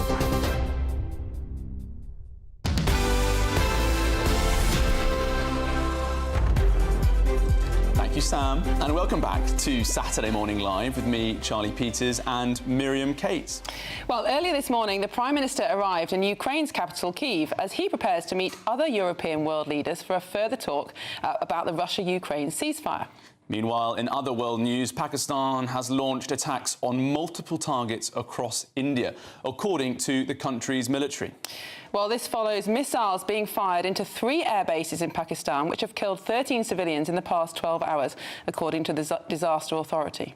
Well, joining us now is the Defence and Foreign Affairs editor at The Telegraph, Con Coughlin. Con, thank you very much for joining us this morning. And let's start where Britain is most focused, and that's in this gathering in Kyiv where our Prime Minister is present. Very symbolic gathering, but how much of an impact can it actually have on these ongoing ceasefire introspections? Well, I think it's very important that we continue here in Britain and the rest of the Western Alliance, we continue to demonstrate our support for Ukraine, because there is this feeling now, particularly with the Trump administration's pulling out of peace negotiations, that the Ukrainians are now at the mercy of the Russians. So I think it's really important that we continue to demonstrate our support for Ukraine. I think the question is what kind of support we are prepared to give them, because we know that in the past the Ukrainians have struggled to maintain their defences because they've shortages of ammunition from the West, and with the likelihood that the US will scale down its military support, can the Europeans fill that void? That's the big question now, and something that Keir Starmer, if he's really serious about showing his support for Ukraine, then he needs to strengthen our defences and make sure that the military support that the UK gives Ukraine can make a difference. Is that your view, then, that the US has stepped away? Because certainly that very controversial press conference that we saw a couple of months ago in the White House with Zelensky did suggest that Trump would walk away. But things have become warmer since, and certainly some suggestions that the US might use further sanctions to put pressure on Putin. Well, it's all in play. You're quite right. And the trade deal, the minerals deal that the Trump administration did with Ukraine last week, does commit America to work with Ukraine. The question is whether that cooperation extends to the military sphere. I was in Washington last week, and there's a lot of talk about America giving new arms supplies to Ukraine, but whether they are the long-range missiles and the high-tech support and intelligence that Ukraine's relied on, we have to see. So, there's a lot in play here.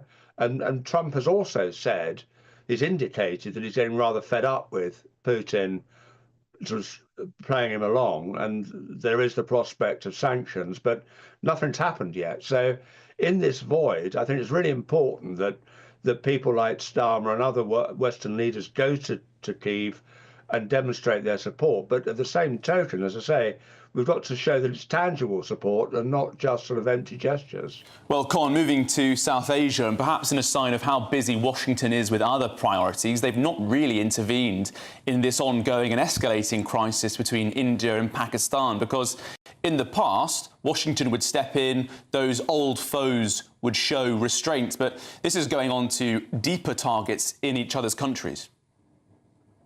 Yeah, well, it used to be a hardy perennial of American diplomacy that they would find themselves fairly regularly having to intervene in disputes between Pakistan and India. I remember after the 9/11 attacks, the two countries nearly came close to war, and there have been other occasions, like after the Mumbai attacks in 2008, when diplomacy has been very important in de-escalating tensions. But the Trump administration doesn't seem that interested. I know Marco Rubio has made some comments, but Trump himself said, I'd rather that these guys didn't sort of square up to each other, but that's about it. So, and, when you've got a vacuum like this and you've got other powers like China starting to get involved, you do worry that this might spiral out of control. We understand that Pakistan is moving troops forwards towards the border. How significant is that? Both countries have quite hardline nationalist leaders. It does seem difficult to see what the off-ramp would be here. Well, there's a lot of muscle flexing going on both sides. I think the Indians will be chastened that Pakistan's managed to shoot down some of their warplanes using Chinese missiles, it seems. But, as I say, there's a lot of muscle flexing going on. And there are certainly noises coming out of Islamabad that Pakistan is prepared to de-escalate if India stops attacking its territory. Of course, the Indians are saying that, the Pakistanis are turning a blind eye to these Islamist groups that carried out the terror attack in Kashmir on April the 22nd. There is some merit to that claim. And let's not forget that Osama bin Laden, the architect of the 9/11 attacks, was found living in a house in the centre of Pakistan, just down the road from a military base. So, Pakistan needs to raise its game in terms of not allowing these Islamist terror groups to operate on its territory. OK, Con Coughlin, the Defence and Foreign Affairs editor at The Telegraph, thank you very much for joining us this morning. It is a very concerning situation, Miriam. Absolutely. Well, we have a poll going out today about whether or not we can ever trust Putin to honour a ceasefire. The QR code is on your screen now. We'll be bringing you live results throughout the day, so make sure you stay tuned on that. And the final result will be announced in Nana Quiz show later today. Yes, for all our latest polls, news and how to vote, just go to gbnews.com/poll. Well, speaking last night, the British ambassador to the United States, Lord Peter Mandelson, described the trade deal between the UK and America this week as a platform for going further and opening up more trade opportunities. Now, Lord Mandelson went on to say that he is looking forward to negotiating with Washington to bring down further tariffs. That so-called landmark trade deal that they have signed this week include car tariffs being cut from 25% to 10% and the 25% on steel and aluminium. Those tariffs have been scrapped. There's no change to Britain's 2% digital services tax, very controversial in the United States, and there will be no weakening of British food standards on imports. Well, joining us now to discuss the trade deal, we've got the economics editor at The Spectator, Michael Simmons. Michael, welcome. This was hailed as big news by both sides this week, but it's not really a comprehensive free trade arrangement, is it? Yeah, that's exactly right. And that's why Lord Mandelson has said that this is a deal to build on, because essentially there's not much in it at all.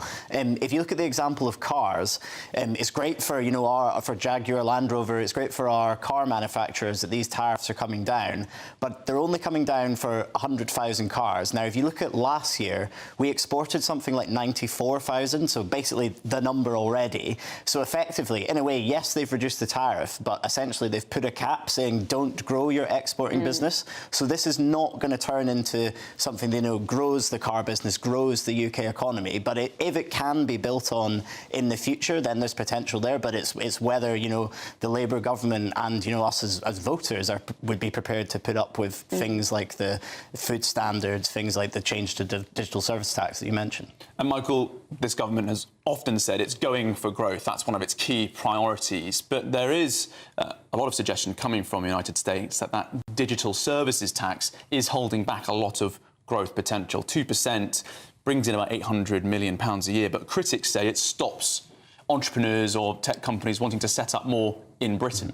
Well, you can see why, the Americans don't like it. Although we have balanced trading goods pretty much with America, when it comes to services, because UK workers are so cheap to employ compared to Americans, we've effectively become America's call centre. And that can be an opportunity for us. But obviously, if you're an American company wanting to have an outpost in UK, wanting to sell into UK, then this tax is clearly an issue for you. As I understand it, it's something that the government is more likely to give ground on than, say, the chlorinated chicken issue. So I think if this deal is to go further, that the government definitely hopes, because, as you say, for the growth that they so desperately need and the country so desperately needs, then I would expect the digital service tax to definitely come into play.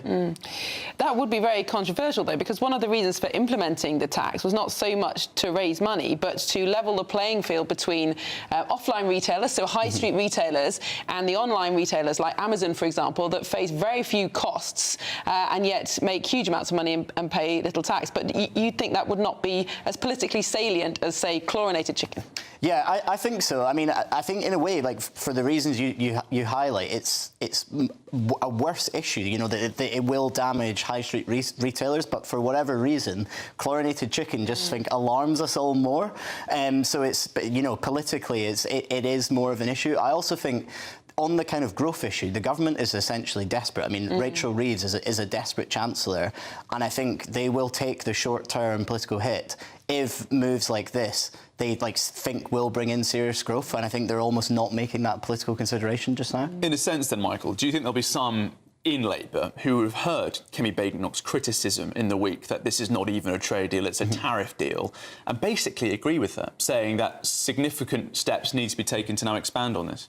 Yeah, I think that's right. I mean, Labour is always going to be split between the sort of protectionist wing who worry that any deal that we do with any country, particularly America, is going to be at the expense of workers' rights, at the expense of British standards. But then there's the other half of Labour who think that, you know, the way to get out of the malaise that this country is in is growth, and I think there will be a push from them on that side. On the Kemi point, I think it's interesting how sort of negative she's been about the deal, because both the America trade deal and the India trade deal were something where a bulk of the work was done under the previous government. They were set up under the previous government. So I was quite surprised to not see more Conservatives coming out and claiming this was a Brexit win, because this is something we couldn't have done while we were in the European Union.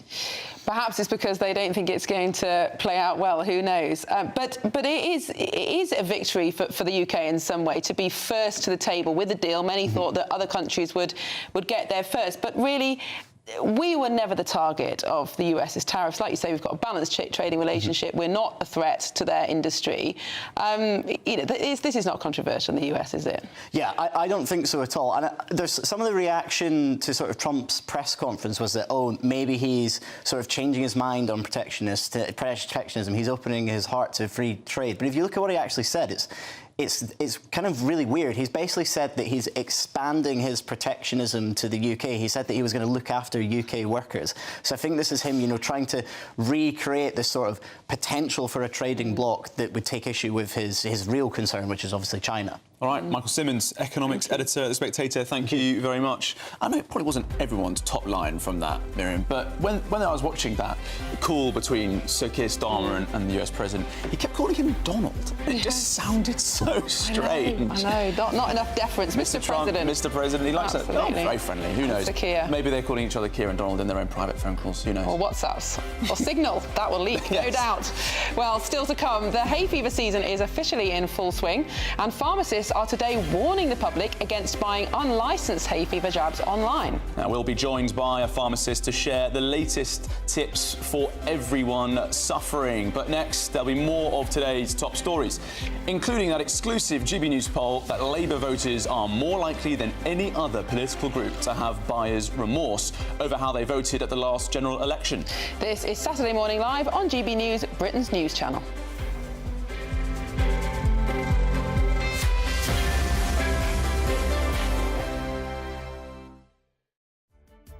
What is the state of our economy? What is the state of our National Health Service? What is the state of our schools? What on earth is going on? Understanding Britain means understanding the state we're in. This is State of the Nation with me, Matt Goodwin, Wednesdays, Thursdays and Fridays from 8 p.m. on GB News. Nana Queer, weekends from 3 p.m. Recently, Meghan Markle did a cookery show. She did. What happened? Because you made a certain comment and she... I was asked by a national newspaper to basically review the show, what I thought from a chef's perspective. So I did, and really the opinions came across quite strong. What kind of things did you say? Can you say? Well, I didn't think it was a great show, to be honest with you. I felt that it was a bit forced and fake and stuff, which I've been on this show on GB News and explained that before. But I think the problems with Meghan was that Netflix are looking for things to do with her. You know, she's not going to be racing cars and she's not going to be doing this and she's not going to be doing that. So I think they've kind of thrown her into the whole kind of cookery thing, make a nice show about it and, you know, try and recoup some money. And in it, there was a potential that you may have said that she didn't appear to be a great chef or she might not be able to cook or... Well, my understanding... Recount what you can say, and then we don't want you to get in trouble. No, I think that, again, I go back to what I just said then. I think they've kind of thrown her into something. They thought to themselves what they're going to do with Meghan next. And basically they've kind of thought, well, most people can cook. Let's create a cookery show. Let's make her the new Martha Stewart. Let's try and recoup some money. Let's do, I wouldn't be surprised if they're going to bring out pans and knives and tea towels as well as what she's already launched already. And, I think it's... From a chef's perspective, it's very disappointing that streaming sites are, backing people who have got really no experience in the industry and don't really have the right to be teaching people how to cook. Well, she did make a really nice sort of like fruit rainbow, where she put all the fruit in a thing, in one on the other. And... That must have been episode 1, because I stopped after episode 1. No, do you? GB News, the People's Channel.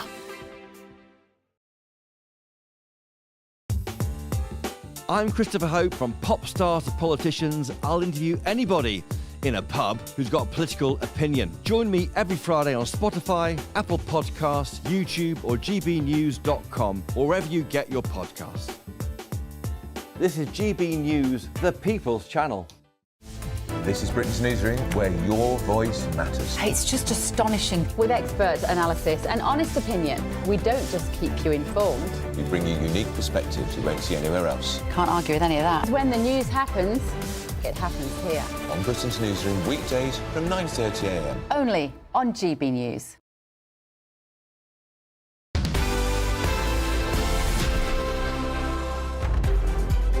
Welcome back. It's 11:24 and you're watching Saturday Morning Live with me, Charlie Peters, and Miriam Cates. But to look through the top stories of today, we're delighted to be joined by the former Conservative Special Advisor Charlie Rowley and political commentator Dominic Moffat. Good morning, gents. Thanks for coming back. Morning. Right then, where shall we start? I think it's the top one. We were contractually obliged. Yeah. Well, after the last one, I thought you'd think, oh, not this again. You decided not You never to know get what goes on in that green room, right? Never know. Yeah, no. Let's go to the crumbling red wall polling, shall we, Charlie? Yes. Labour's red wall starting to crack, according to exclusive polling for GB News. So Keir Starmer's mandate. Fragility. Yeah, absolutely. And I think, look, the biggest mistake that I think the Labour government made when they came in, obviously on a huge majority, there's no getting away about it, but it was built on such a thin turnout that the biggest mistake was to say, oh, we've come, the voters have voted for change, it's overwhelming, they've got this huge mandate now. And I think that they clearly missed the actual reality, which is that people just wanted to get rid of the Tories because of, the chopping and changing of internal politics, prime ministers coming and going every 5 minutes. And what the difference between the Labour government that came in and the previous Conservative government is that Boris Johnson recognised that people in the red wall lent their votes to the Tories, and that's why it was such a precious a coalition, one nation argument of voters that voted for the Tories. Labour have taken, again, it seems to me, that red wall for granted. They've come in just to say, oh, as if they own the North, and they've been caught short, obviously, at the last local elections where Reform have completely wiped them out in Lincolnshire, obviously in Durham, in Nottinghamshire, in Derbyshire, places that you should be. You would have thought, traditionally, Labour strongholds and Conservative strongholds. Reform have come in through the middle. So, I can understand why people who voted Labour in 2024 now have buyer's remorse. Is it that they're taking people for granted, or is it, though, that they just don't understand? And after those catastrophic local election results, the Prime Minister, Keir Starmer, said, I get it, we just need to go further and faster. But of course, that's not what people are asking at all. People's number one concern now is immigration in those particular areas, and yet the government does not seem to be making any progress on that, just as the last government didn't. Well, I think you're right to identify that the public don't think that the Labour government gets it.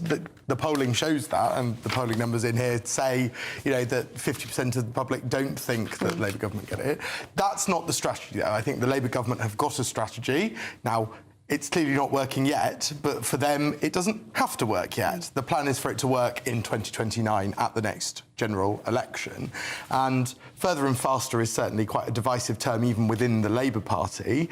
Further and faster means all things to all men, hopefully, I think is the plan. But unfortunately, it actually means nothing to most people. Yes. Until they take some actual concrete action. But that's what they're think they're doing. They're hoping that voters will feel better off on polling day 2029. Well, Dominic, let's move to the Mail now, because Nigel Farage has the Saturday essay in the paper today, and they have put out those plans. Obviously, they haven't got to deliver them right away, but they've put out some of their commitments now for the next general election. Freezing immigration, a target of a 0% population increase through immigration as well. They want to lift the threshold for tax to £20,000, abolish net zero, revive North Sea oil and gas. A lot of criticism for Reform is that they haven't got a plan and their plans won't work, but this is quite a significant list of ideas coming through now. This is a list of sort of populist policy that I'm not remotely surprised that Nigel Farage is advocating. These are things that have worked for him, for UKIP, for Reform, for Brexit Party, whatever form he's taken over the last 25 years. But what they aren't is they're not a credible and a kind of legitimate policy for government. It'll be very interesting to see how they translate into local government where Reform are in power. Because, Charlie, a lot of those policies were in the Reform manifesto and were ridiculed by economists. I mean, taking people out of tax until £20,000 income, that's a massive tax break for the wealthy, completely unaffordable. And yet, does that really matter? Are people just so frustrated with mainstream politicians that they don't really care what Reform are offering? They're not the Tories and they're not Labour. I think there's an element of that. I think what's so significant for Reform is that it's not just talking about what, as Dominic rightly said in the past, Nigel Farage has talked about immigration. So whether it's in UKIP, whether it was in the Brexit Party, protecting our borders, for example, it was all based on immigration. Now, that domestic agenda has expanded. Plans, as you say, taking people out of tax up until £20,000. That will, yes, it will be significant to the wealthy, but it will impact, I think, more proportionally on those on the lower end of the income scale. Having not to pay a single penny in tax up until £20,000. I think if you're a low-income worker, that's music to your ears. For a potentially right-wing party, I mean, it's just daft, because if you don't pay tax, what's to stop you voting for a socialist government to spend other people's money? Surely a party like Reform would want more people to have skin in the game so that they have an interest in how government money is spent. Is that how it works? You spend more tax and suddenly you're more inclined to vote right-wing? Absolutely. People who pay a lot of tax are inclined to vote for tax-cutting parties. If you pay no tax, why would you vote for a party that cuts tax? You'd vote for a party that wants to spend more of other people's money. It implies to me you should raise taxes to keep Tory voters, but I'm not... No, the opposite. Right, well... Lower the percentage tax, so take it from 20 to 15, but don't change the threshold. I'm not sure about this, as you said, Dominic, being a populist promotion, as you're sort of used to them doing. I mean, the language last week with those local election results, you heard Nigel Farage talking about tradesmen getting up at 5 a.m, going out to work hard, they pay their taxes and they see it going, frankly, to failed asylum seekers in their local area or small boat migrants. This seems to me like an expansion of their product, of what they're selling to people, targeting more middle-class professionals who actually also think they're getting kind of shafted by the system at the moment. Well, Reform sit at a really interesting point in politics, don't they? They are a party led by people of the right wing, but as a party they draw votes, and certainly at the most recent elections, almost equally from left and right. So they have to have policy statements that appeal. We know from on the kind of doors in Runcorn that narratives around cutting the NHS or privatising the NHS were very effective at driving Labour voters back to Labour away from Reform. Clearly, 6 votes. Yeah, not enough. Too short. Yeah. But we know that's true. But I also know from my experience that there are people you speak to on the doorstep who have been Labour voters, who have been Liberal Democrat voters, have been Green voters, who voted Reform this month. That's a strange place to be. And when we talk about Boris Johnson built an electoral coalition based on people who had voted everything in the past. That's what Nigel Farage is currently doing. Interesting times. Absolutely. I mean, very quickly, I think the key thing that he's saying in the essay is that Britain is broken. And whether it's on crime, whether it's on immigration, whether it's on tax, whether it's on spend, whether it's working with the unions, as Nigel said that he will do because he wants to take Scunthorpe, for example. He is all things to all men at the minute, and women, and I think that's where that coalition is forming, and that's why voters are turning to Reform. All right, Charlie, Dominic, thank you very much for your time. Well, there's still plenty of time to grab your chance to win our biggest prize to date with our very latest giveaway. Yes, we are offering a motorhome worth over £67,000, and that's not all. You'll also get a £5,000 in tax-free cash to spend on kitting it out however you like. So if you fancy entering the competition, taking to the road this summer, here are all the details you need. Don't miss out on a prize package worth over £72,000, courtesy of Marquis Leisure. You could be driving away with this brand new Elnag Baron 560 motorhome. It comfortably sleeps 4, comes with sky roof, integrated kitchen and bathroom, and is worth over £67,000. Plus a further £5,000 in tax-free cash will make sure your next adventure makes memories to last a lifetime. For another chance to win the lot, text WIN to 63225. One entry costs £2.50 plus one standard network rate message. Or text BONUS to 63225. 5 entries cost £5 plus one standard network rate message. Go to gbnews.com/win. Entries start at £2.50. Call 0903 686 3232. Calls cost £2.50 plus your network access charge. Or post your name and number to GB13 PO Box 8690 Derby DE1 9TT. UK only. Entrance must be 18 or over. Lines close at 4 p.m. on the 6th of June. Please check the closing time if listening or watching on demand. Good luck. Well, good luck with that, and there's lots more to come on the show today. But before we get stuck in, let's have the news headlines with Sam Francis.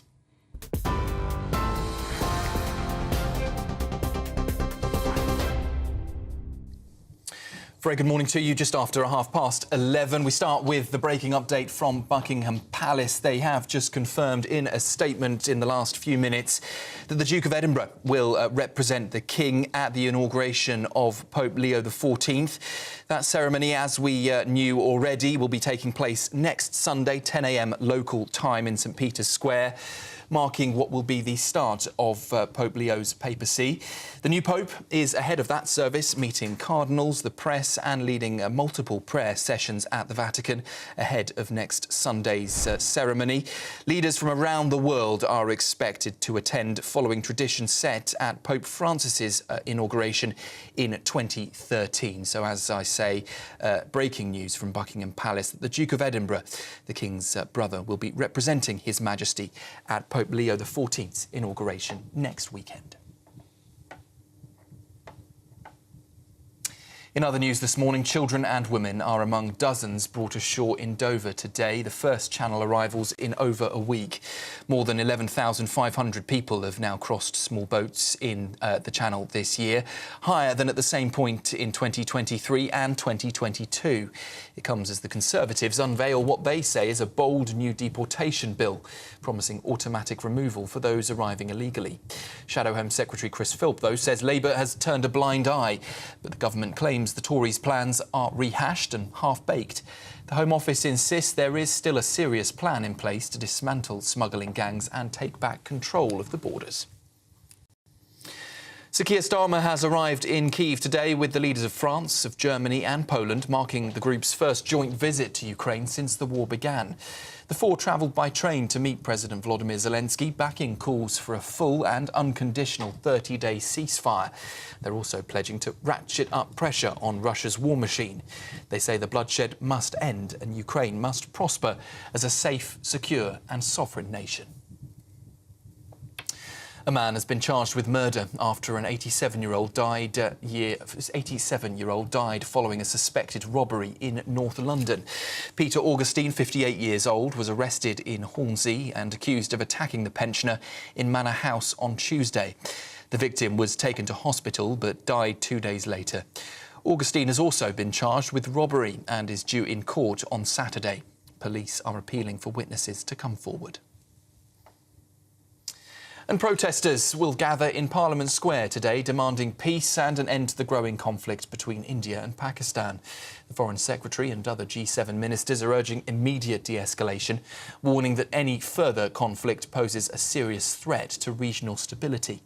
It comes after 26 tourists were gunned down in Kashmir last month, a massacre India blames on Pakistan, though Islamabad denies it. Pakistan claims it's targeting multiple locations in India in revenge, calling India's actions an act of war. That's it from me for now. I'll be back with you for a full roundup with the news at midday. Now, though, it's back to Charlie and Miriam. For the very latest GB News direct to your smartphone, sign up to News Alerts by scanning the QR code or go to gbnews.com/alerts. Well, coming up next, pharmacists are warning the public today against buying unlicensed hay fever jabs online. Pharmacist Layla Hanbeck will join us to share more and to give you hay fever sufferers out there some tips. This is Saturday Morning Live on GB News, Britain's news channel. See you after the break. Hello there. This is your latest GB News weather update provided by the Met Office. It is looking like a fine, dry and sunny weekend to come for many of us. There are two areas of low pressure just to the far north and south of the UK at the moment, but really it is high pressure that's still holding on for the time being, helping to keep it fine and settled for the vast majority of us. So that means it's going to be staying dry and there'll be plentiful amounts of sunshine right across the UK for those that are heading outside. Do remember that we do have high UV levels at the moment, so skin protection probably is advised if you are going to be outside for prolonged periods of time. It'll be a touch breezy around some coastal areas, but certainly with the light winds inland, it will be feeling pleasantly warm. Highs around 22, 23 degrees Celsius for parts of the Moray Firth. Even a few showers perhaps for the Highlands, maybe into Northern Ireland in the afternoon, but you will be fairly unlucky to get hit by one of those. Certainly the dry weather will be persisting for most. Highs are around 23, 24, possible across central southern areas of England as well, but we cast our eyes down towards the far southwest where cloud will be building throughout the day and we will eventually start to see some showers spreading from the Channel Islands and into parts of Devon and Cornwall later on this evening and overnight. These do have the potential to be quite heavy and thundery in places with some short, sharp downbursts in places, but they will also be quite sporadic, not everyone seeing them. Most everywhere else staying dry, and it will be a mild night to come, certainly frost-free for pretty much all of us as we kick off a Sunday morning. Again, we'll be watching as these showers swirl around the far southwest, again primarily limited to these regions, but again they could be on the heavy side if you do catch them. A few showers again possible for parts of Northern Ireland and Northern Scotland, but the bulk of England and parts of Northern Wales really staying dry once again. It'll be feeling warm again, highs now up towards 24, maybe 26 degrees Celsius. And that is going to be continuing as we head throughout the next week. The showers will tend to ease off throughout Monday and into the middle part of next week, dry and warm for most.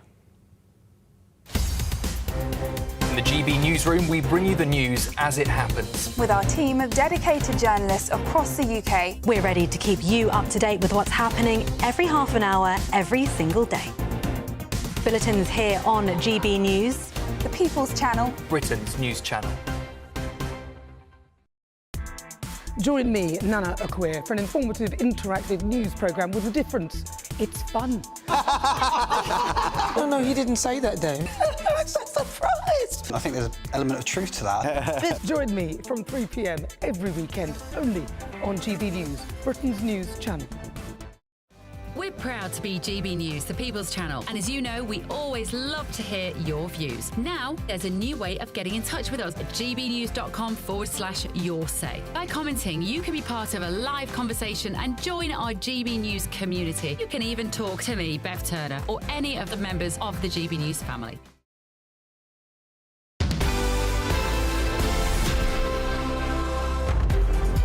Welcome back to Saturday Morning Live. It's 20 to 12. Now we're in the full swing of hay fever season. The sun is shining, there's lots of pollen out there, but pharmacists today are warning the public against buying unlicensed hay fever jabs online. Now, the National Pharmacy Association said people should not buy the jab Kenalog, which can be advertised on social media sites or by salons and beauty clinics. Yes, the association said staff have been receiving more and more inquiries about the drug, adding that they're concerned that medication from unregulated sellers could be fake and could pose a risk to patient safety. Well, the CEO of Independent Pharmacies Association and pharmacist Layla Hanbeck is with us now. Layla, thank you very much for coming on the channel this morning. Talk us through the sort of alarm that's been raised over this Kenalog drug, please. Well, Kenalog is a corticosteroid that reduces the effectiveness of the immune system, and so therefore it's licensed for joint pain and arthritis, but it's not licensed for managing hay fever. And unfortunately, we are hearing that people are purchasing and trying to get hold of this medicine through various different routes, which is concerning. Now, there are some steroids that are used occasionally in hay fever, aren't there? Oral steroids for people who are suffering, particularly maybe during exams. But you're saying this is in a different category? Yes, of course. So it's much more potent. And in fact, NHS stopped the usage of this medicines, offering it because of concerns regarding its safety. So whilst it may, in a short term, relieve the symptoms, there are many side effects involved with it, some serious side effects, but also it increases the risk of picking up other infections because obviously it dampens the immune system so that you're more prone to pick up other infections and sometimes serious infections. Now, there are lots of off-the-shelf medications available, loratadine, lots of antihistamines, eye drops, nasal sprays. What would you suggest for people for whom those are not really working or they've still got quite severe symptoms? Well, I'm a hay fever sufferer myself, and it's not easy, particularly during this time of the year. So there are many products available from pharmacies. It depends, what works best for a person. For example, if someone has itchy eyes, they might want to use the eye drops. If you want to use the nasal spray. But these products obviously are available from a safe place, and you've got the pharmacists who are very much in a good place to be advising people on what is right for them. We don't recommend people going online and trying to tap into places that are offering some things that are unsafe and unlicensed. And Leila, we're seeing 96% of pharmacies saying they're hearing more inquiries about treatment for hay fever since April, as you'd expect, as the pollen count rises. Yeah. But are pharmacists equipped sufficiently to deal with these concerns when you have so many people rushing towards drugs like Kenalog? Well, obviously, we've been having issues with regards to the workload and everything that is on us at the moment. But allergy is an area in community pharmacy that we see very often, particularly around this time of the year. So we're well equipped in terms of and the team within pharmacies are very well equipped to give advice and offer the right treatment for hay fever sufferers. I've heard recently that if you start taking the antihistamines early in the season before the pollen kicks in, that can help your body to have a better long-term reaction to the pollen. Is that true? Is starting a treatment early the way forward? Well, it's about managing your symptoms. So if you have, depending obviously what symptoms you have, if you have sneezing, a lot of sneezing, or itchy eyes and so on, it needs to be based on trying to manage your symptoms. And it needs to be obtained from a safe place. So another tip around allergies and managing hay fever is if you know that you are highly allergic to pollen, when you come inside from having been outside, make sure that you take a shower and you wash the pollen off and change your clothes and so on, so that it doesn't linger around with you. There are various different things that people can do as well to just manage their symptoms, as well as all the other products that are available through pharmacies. All right, Leila Hambeck, the CEO of the Independent Pharmacies Association, thank you very much for joining us this morning. Do you believe in hay fever yet, Charlie? I'm convinced it's real. I'm convinced it's real. It can be pretty awful. I think I had it really bad as a child, but I've almost completely grown out of it now, so there is hope for children out there suffering. Yes, you don't need to take these alternative steroid sprays or anything like that. There's a way forward. Although for people with really, really severe hay fever, you can go and see your GP, and there are, prescription medications available. Yes. Anyway. Well, speaking of hay fever, it is sunny out there today. We'll be basking in that sunshine in just a moment.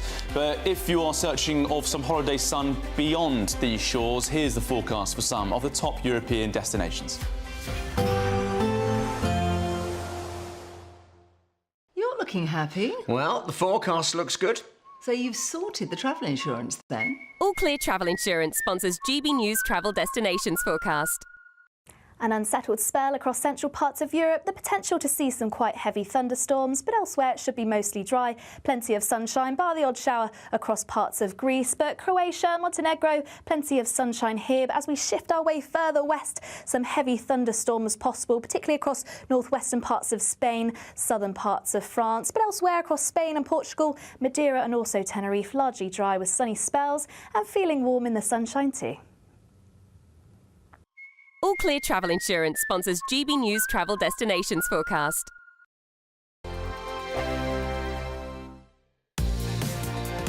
Mornings don't have to be tiresome, especially if you have the right company. Wake up to news as it happens, opinion and debate, and of course, a little bit of entertainment too. Because when the kettle's on, we're on. That's Breakfast on GB News, a show worth waking up for. Every morning from 6 a.m. Only on the People's Channel, Britain's news channel. We'll spread the news, you spread the word. From the school run to the home run, watch a new show for all of Britain. He can say whatever he wants. A straight-talking show where all voices are heard. And, you know, when are we going to stop talking about smashing the gangs and actually do it? With the stories that matter from every part of our country. There's a bit of a crash landing there for your Chancellor. Bold, fearless and standing up for you. That's me, Martin Daubney, 3 p.m. till 6 p.m, weekdays, here only on GB News. The People's Channel, Britain's news channel. It's Patrick Christie's Tonight, and here we do things differently. It's explaining the absolute madness of this, doesn't it? It's explosive. I mean, this is very good. It's lively. 850. Your government sat there, Sean, and it did nothing. It's controversial. And the Middle East has been in turmoil since before I was born. It's everything you need to kickstart your evening. Everyone's had their Weetabix tonight. I love to see it. That's Patrick Christie's Tonight, weeknights from 9 p.m. Only on GB News, the People's Channel, Britain's news channel. Hi, I'm Michelle Dewberry, and my show is your opportunity to cut through all the noise and dive in headfirst to some robust debates. Ideas clash. Situation, no, isn't it? Because the failure is... You're deliberately avoiding my point. Nothing's held back. And if you think this is the end of it, wait for more. And we do not shy away from the difficult stuff. Sometimes I want to shake people and say, if only you understood. So join me on Jubes & Co. weeknights at 6 p.m, only on GB News, Britain's news channel. No matter the state it's in, this is our nation. Join me, Jacob Rees-Mogg, for a genuine, honest discussion on where we have been, where we are going, and where we are with the people who set the direction. That's State of the Nation every Monday and Tuesday at 8 o'clock, only on GB News, the People's Channel. I'm Christopher Hope. From pop stars to politicians, I'll interview anybody in a pub who's got a political opinion. Join me every Friday on Spotify, Apple Podcasts, YouTube or gbnews.com, or wherever you get your podcasts. This is GB News, the People's Channel. This is Britain's Newsroom, where your voice matters. It's just astonishing. With expert analysis and honest opinion, we don't just keep you informed. We bring you unique perspectives you won't see anywhere else. Can't argue with any of that. When the news happens, it happens here. On Britain's Newsroom, weekdays from 9:30 a.m. Only on GB News. This is our country, and we think it's amazing. From high tea to the high street, we love it all. Even the rain, we like that too. There's nowhere else we'd rather be. That's why we're here to be the fearless champion of Britain, its voices and its values. Because we are GB News, the People's Channel, Britain's news channel.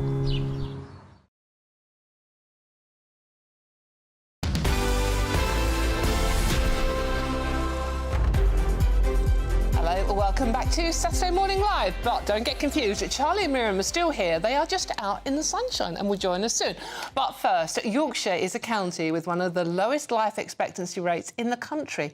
It lags 2.5 years behind the national average, and women face a stark 7-year gap compared to Kensington and Chelsea in London. Our reporter Anna Riley has the story for you. Okay, Liv, so what I want you to do, you're going to grab the handle, bring yourself as low as you can, horizontal to the floor. A health programme that turns back the clock. Promethean Longevity is a wellness company with a difference. Using a combination of science and fitness, it aims to reduce people's biological age. We take their initial tests and work out their biological age, and we take a history of their exercise, what they're eating, and then we make a bespoke programme that's kind of personalised to each participant, and that will guide them through 6 weeks of diet. Everything that they eat will be planned, their exercise is planned. We can help with supplements, anti-aging protocols for things like sleep, skincare, kind of all aspects of ageing really. It comes as life expectancy in Yorkshire is one of the lowest in the country, according to the ONS. Well, a man born in Yorkshire can expect to live almost a decade, well, in certain parts of Yorkshire, let's be more specific, can expect to live a decade less than someone born in certain parts of the south. That's pretty significant. People in Yorkshire can expect to be in poor health for the last 20 years of their life. And England as a whole, I mean, for one of the richest nations in the world, we lag behind Europe in terms of life expectancy and health expectancy, which is really the crucial thing to us, really. It's not about how many years you live. It's about living those years with some kind of quality of life. 62-year-old Debbie Shaw reduced her biological age by 17 years on Promethean Longevity's 6-week programme. I lost 1.5 stone on their diet, and that's something that I just kind of accepted was older age. I'm a menopausal woman and we put weight on. I started off at 56 and I ended up at 39. And I feel 39 again. I've really felt strong and vital and capable and got a lot more confidence in myself. I'd lost a lot of confidence as I got older in things that I could and couldn't do. And I just feel like I could take on the world now. It's amazing. Whilst our chronological age on our birth certificates will always remain the same, this couple are proving that youth isn't just for the young. Anna Riley, GB News, Otley. Thank you, Anna Riley, and welcome back to Saturday Morning Live. And you might be asking, how did Miriam Cates and Charlie Peters find themselves in Venice in that short break that you just had? We're not actually in Venice. We're in the wonderful Paddington Riviera, this wonderful canal behind us, because we're out here to reflect the fact there's some wonderful weather this weekend. And if you are heading out to enjoy the sun, Miriam, viewers and listeners, you can grab us on GB News Radio. Absolutely, and it is beautiful down here. I hope people are going to be wearing their sun cream and protecting themselves from hay fever. You're such a mum, Miriam Absolutely, Cates, well, really these are important factors. But it is lovely out here. I think it's barbecue weather, cold beer. Anyway, enjoy the rest of your Saturday. You've been watching Saturday Morning Live. We will, of course, be back next week, but it's goodbye for now. From me, Miriam Cates. Me, Charlie Peters. Here's your weather around the country.